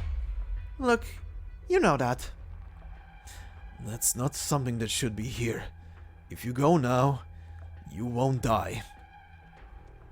I know, but aren't you the one who's supposed to leave right now? Do you have a death wish?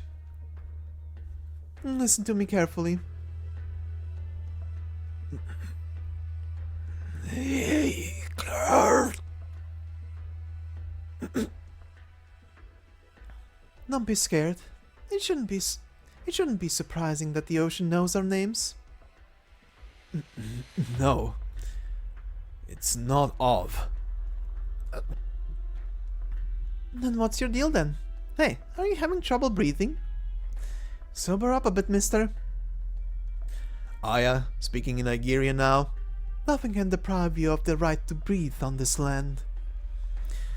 Free yourself. Hurry. I fled my homeland. I abandoned my cradle. I've forgotten its stories, but I know how it feels.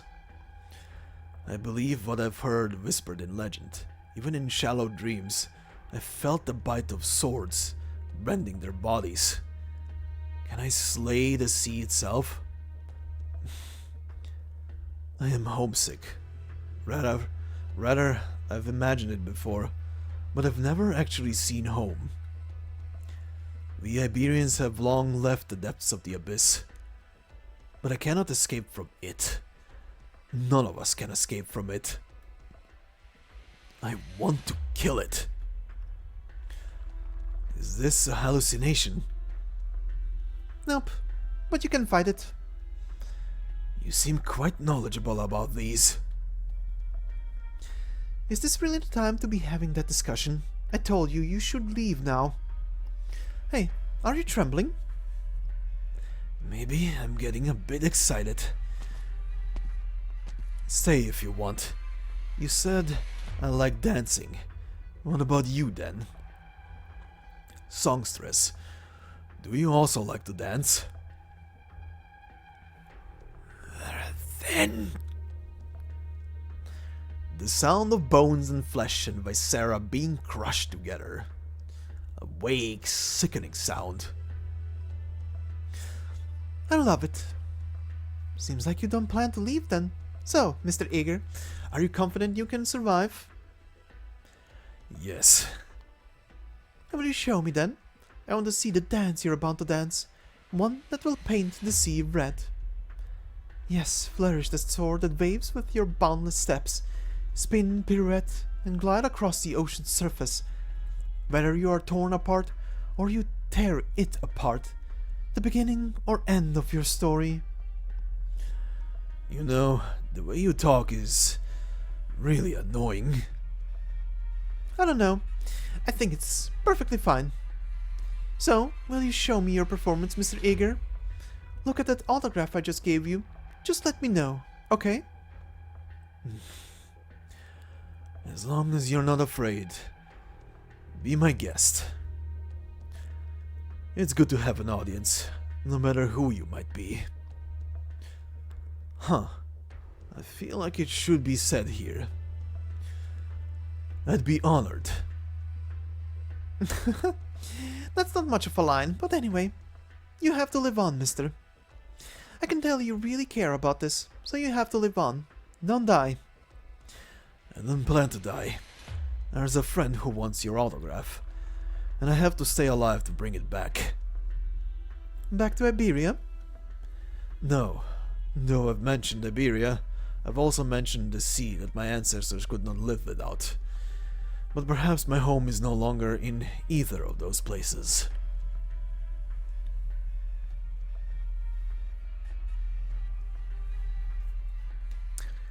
So,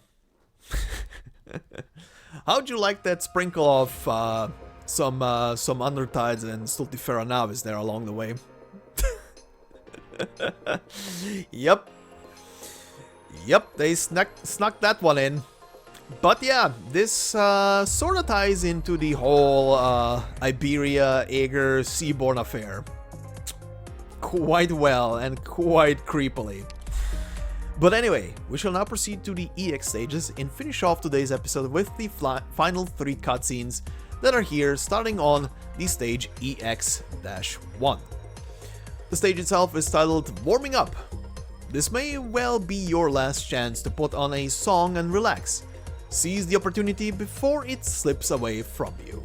And obviously this is a cutscene, like always with the EX stages, that takes place, or rather that unlocks after you finish the stage. So, let's begin.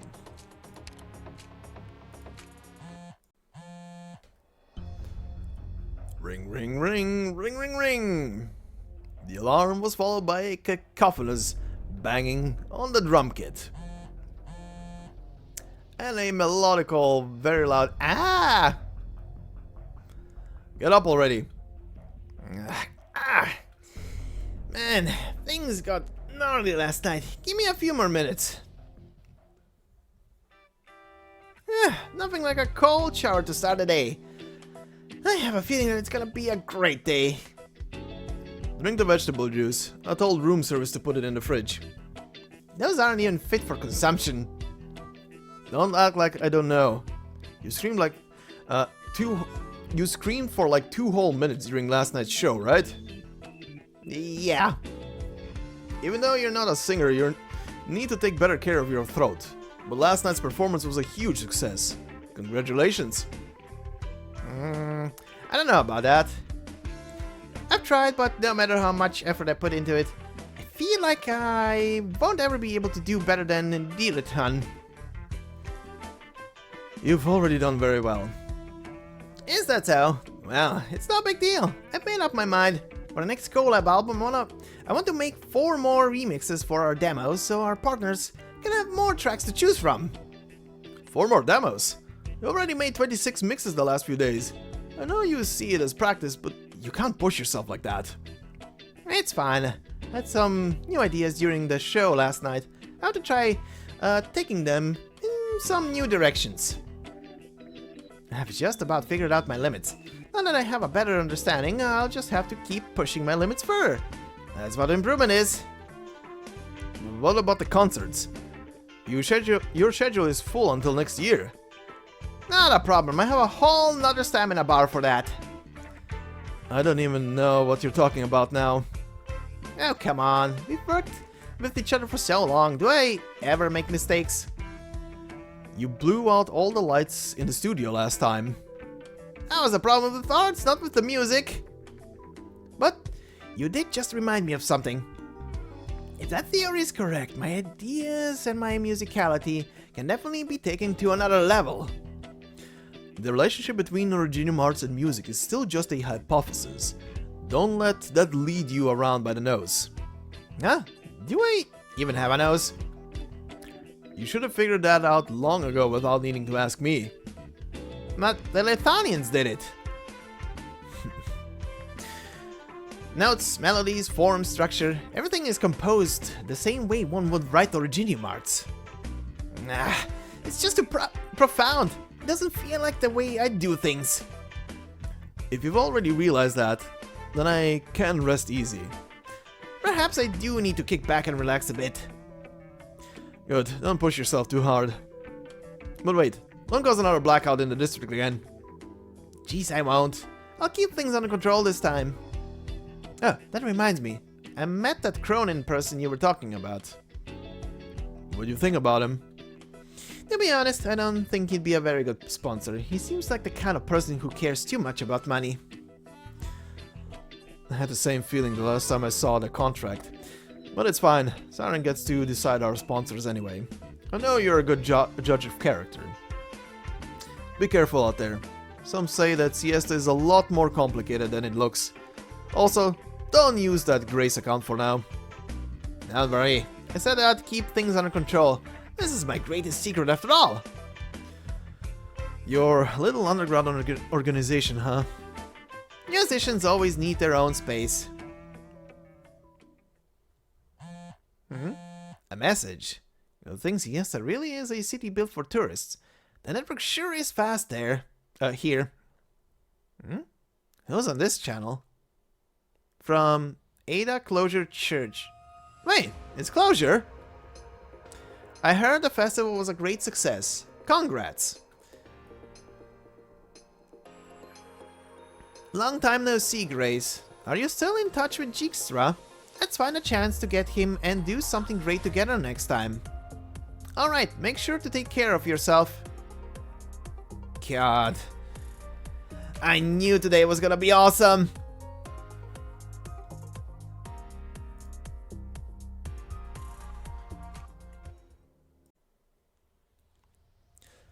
Alright, and we shall continue on to the stage EX3 with the next cutscene.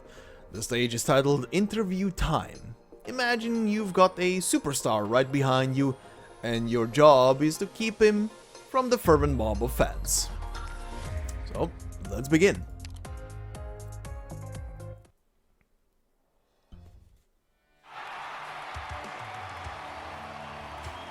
Was that an earthquake just now? Yeah! We're so close to the stage after all. Did you see that? Did you see DDD's expression? How did she do that?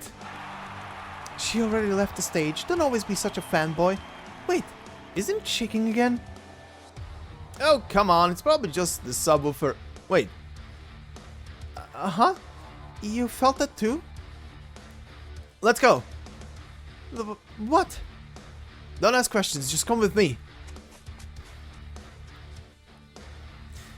Stop pushing! Some personal space here! You're stepping on my foot, get out of my face! Someone faded, watch out! Why is everyone panicking? Don't tell me... Oh my god. It's Emperor.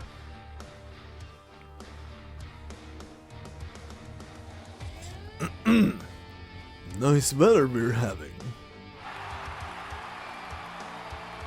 Emperor! It's really him! Wow! Don't be stupid. It's the Emperor. Are you still... And you still think it's some earthquake? No, I'm just too excited from seeing... Wait, I kind of can't breathe. Mr. Emperor, this way, please. Ladies and gentlemen, please move back. Stand behind the line. Hey, young man, that's Sovereign over there. It's okay, let them come closer. But, Mr. Emperor, you still have a performance later. If some kind of accident were to happen... Accident? You mean an attempted shooting, assassination, kidnapping, suicide threat, or something along those lines? Do you think those things can stop me? Me? No, those things shall only become a part of my show, just like how rhythm breaks apart the meaning of words. Do you understand? Well, no. To put it simply, it's all theatrics. Just relax. I promise. Siren won't blame you for it.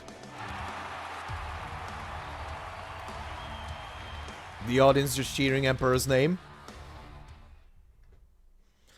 But the strange-looking tourist...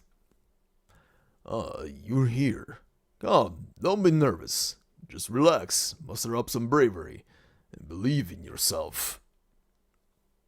Columbia's rap god? You're nothing but a thug, a mongrel that got a little lucky. Louder, pal. Let me hear you. Hey, Sovereign, don't drive him away. Give him the mic. Don't worry. Just do as I say. You ruined our lives, but you still sit atop so much wealth. You deserve only death. No, he has a crossbow. Take cover. Don't blame me. That's right, it's all your fault. Just how many singers were sacrificed for your so-called rap empire? Emperor? Eat dirt, you bottom-feeding penguin. Let me think about that one. Who was the one playing dirty? Rolling up all the media, manipulating public opinion, personal attacks, and now even a shooting attempt. You think I've forgotten who you are just because you decided to roll around in the sewers? Will pointing your weapon at these youngsters satisfy you, songster? You... If I wasn't such a juicy target for you, how many rising stars would you have continued to eliminate just for not suiting your tastes? How long did you think you'd get away with spitting on the eternity of Columbia while stuffing your bathtub full of money? Shut up! Just die! Protect Mr. Emperor! Mr. Emperor has been shot. Wait, what? Mr. Emperor was the one who shot first? That bastard's crossbow went flying. Rat-a-tat-tat-bang. Strange. You were the one running your muzzle. But how come my muzzle is smoking first? Why don't you take a guess? It's because you got no game, or is my brilliance that is to blame? You even brought guns with you? If you die several times every day, there are games that you just won't play. Do you really think I'm alone? Think about all the enemies you've made. You want to leave Siesta alive. My past is more expensive than the sea of falsity. So where are these enemies that await my majesty? Mr. Emperor, many of his rabble are hiding among the audience. We can't deal with all of them. That's alright, don't panic. Just maintain the order here and leave the rest to the professionals. Professionals like Penguin Logistics.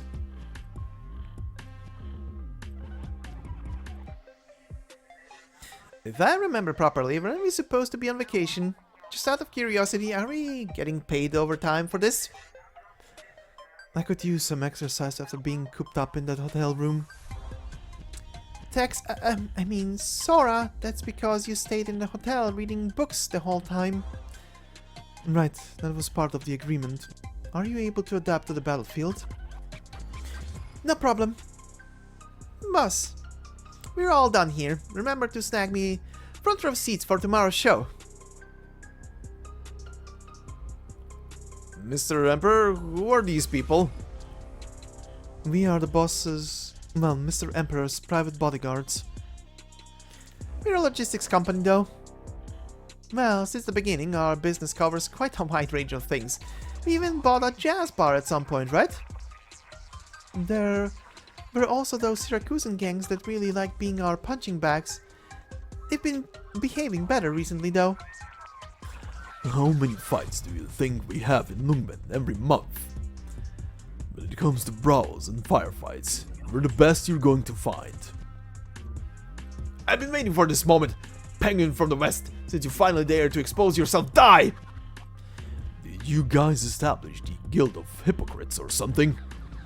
Very well. I was about to say the same thing about you, Butch. Texas, do it. Oops. Got it. It's showtime.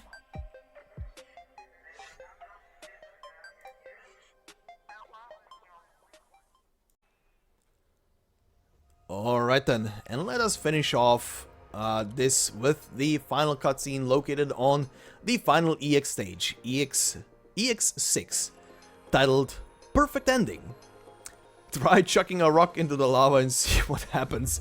The results might not please you. That sentence has nothing to do with what we're about to experience in this story.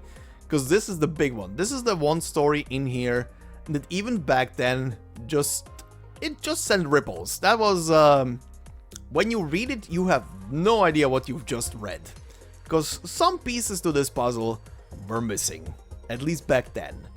Some stuff did resurface very recently as well, and I will mention it, but again, I will try not to be spoilery about it, what it's about.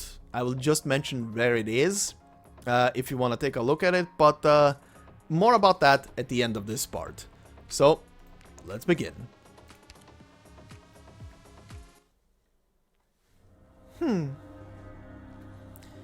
So this is the legendary Rhode Island. It certainly has an almost mystical air to it. There's something familiar about this atmosphere. If I hadn't boarded this ark, I would have thought I was still at the beach. We had a few Aegirians here lately. I suppose you're also from Aegir, but I didn't see your name on the guest list. Perhaps that means I can't treat you as a guest. Sorry about that, but I'm not here to bother you. I just have a few words for you before I leave. Wait, you would know my name? Anyone at Siesta these days would know who you are. Even though I didn't go myself, I did hear about you before, Miss Alti, bassist of Alive Until Sunset. Rhode Island is not an amusement park. Oh, come on. Don't be so unfriendly. After all, there are so many things we have in common. That's right. Why don't we talk about when we could still see the stars? Have a seat. Thank you. You must be curious how I got in here, right? That's not important, but don't worry.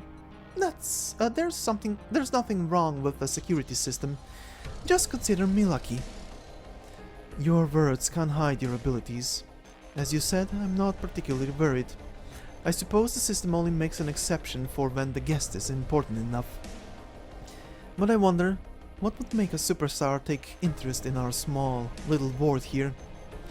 If you're looking for your Aegirian friends, I'm afraid you've got the wrong address. Friends? Well, we don't really get along.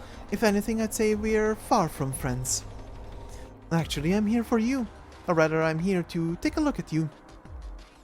Sorry, but I don't know who you are, nor am I some display at the zoo. I've heard a lot about the Aegirians from Frost. She's not normally one to tell stories, but she did make an exception this time. I'm not interested in your friend's bizarre adventures either. How about I sing it out then? Nor am I interested in any random anecdotes about me. Just get to the point. Someone once told me that a bit of chit-chat is good for breaking the ice, but I suppose I'm no good at that. Well, let's begin then. Actually, I kind of hate Aegirians. Of course, I know about how pitiful their past is. But if you didn't show up, these Aegirians would already have been devoured by the abyssal depths by now. I didn't do anything in particular. You saved their lives. You and several of them are here. These special Aegirians don't show any respect to you, despite all that you did for them. I suppose you were too grumpy around them? I'm just preventing them from destroying themselves. That is also a form of mercy, Doctor. But I do have a question for you. Ask away. Do you know who the enemy of the Aegir is? Or perhaps do you know who I really am?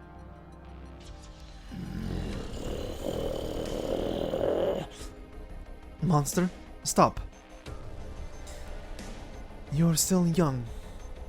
That's right, we are very young, and we haven't been through any of those tragedies. That's why we're still here, just talking and singing. The Abyssal Hunters are doing what they should be doing. This I know all too well. However, we'd also like to know the answer. We have no desire to become the enemies of those little guys at all. You see, ever since she was little, Frost was only interested in music and food. Even resting was a waste of time to her. You can save your friends' introductions for when we actually meet. Sorry, bad habit of mine. I trust you, Doctor, and the truth you have. I don't think you know any less about the truth than I do.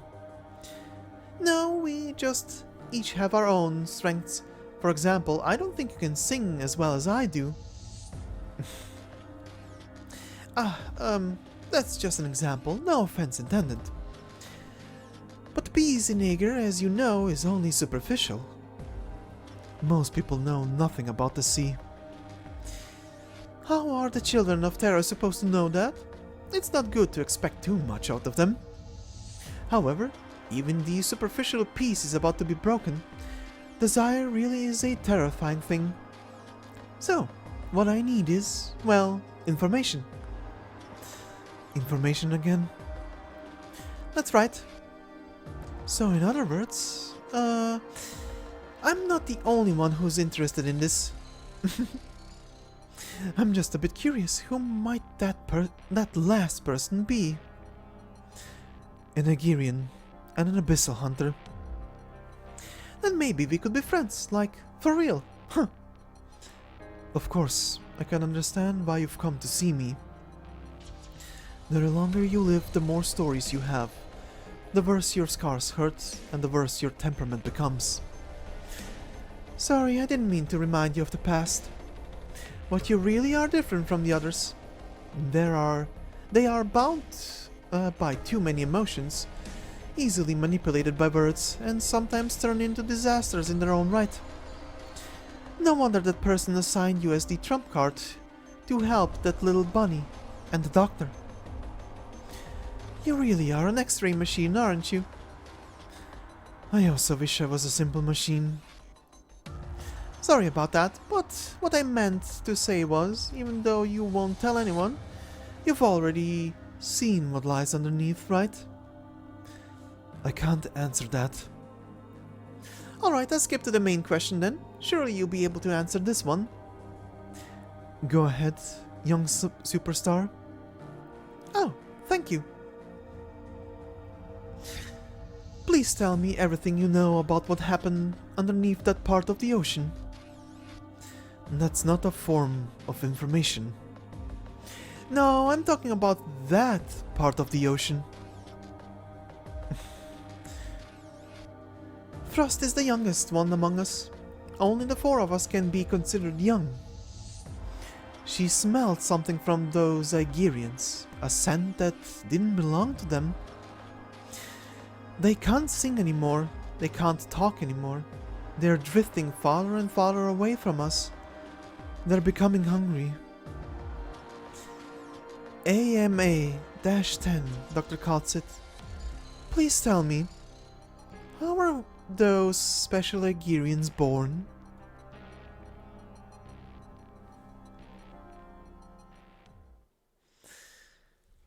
And thus ends the cryptic cutscene. So, like I said at the beginning, if you want to know more, I will however warn you. If you are new to Arknights and are just freshly experiencing either this side story or the main story of Arknights in general, and some other side stories, for example, then I would refrain from going to read something that I'm gonna mention right now. But if you wanna know more and see what, or maybe speculate more on what the designation AMA-10 might be referring to, well, this story, well, it is a bombshell, alright. This story can be located on a module short story. It is the module short story for Amiya, and like I said, if you are fresh to Arknights, I would rather you experience this world a bit more before you dive into these little stories located on modules, for example, like Amiya's or Kaltzit's, for example, because they are very intrinsically linked into certain things that get slowly, over time, either cryptically mentioned, revealed, and or shown through the main story and some other places. However, when it comes to some other things that were mentioned around here, especially the stuff around the Igerians, well, all I can say here is, if you've already been intrigued with what happened there with Thorns, continue on through the Undertide story. Literally begin with that one, because that one was literally the beginning to all things Aegir, Iberia, and Seaborn. Proper beginning, rather. So take a deep dive there, no pun intended, and or maybe intended, I don't know, and see what all of that shebang is about. Pick up that one. Continue with Stultifera Navis, which should also, as this video goes live, have a rerun in probably like a month and a half, 2 months from now, and after that, do an even deeper dive into the stories for Integrated Strategies 3, who are chock full. Even though a lot of the endings in IS3 and the memory mappings are alternative timelines of events, they still carry a boatload of lore when it comes to just the Seaborn and the Aegir and the Iberians. So just go in order. Experience the stuff as it comes to you, is my personal suggestion. But yeah, anyway, before I go into my thoughts and stuff about this whole story, let me quickly say thank you very much for listening and watching this. If you've liked this, please consider leaving a like. And if you're new to the channel, consider subscribing. It will help. Both of those would help me out a lot, so thank you very much in advance. And of course, I hope you enjoyed. But when it comes to my thoughts about this, well, back then, I mean, what can I say? We barely had any side stories, and the main story only, I think around this time, started to become much more thicker in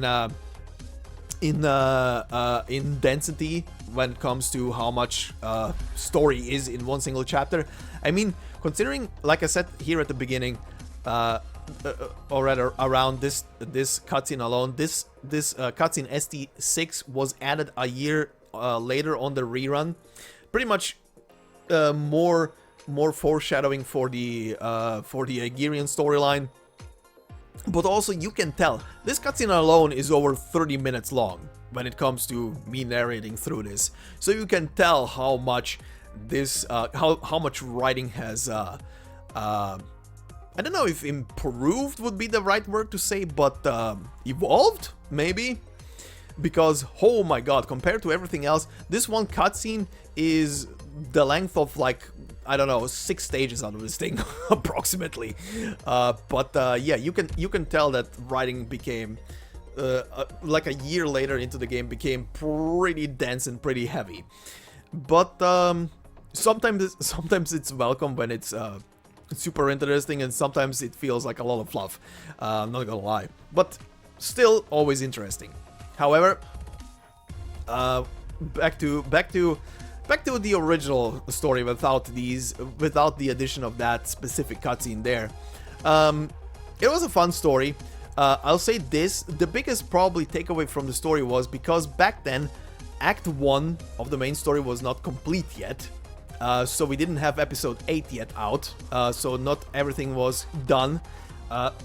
And seeing the Doctor in this story interact with characters, being a goofball most of the time, like even the more serious responses, a couple of them are definitely like serious, meant and from the heart, but a lot of shit you've seen it on screen is very goofy.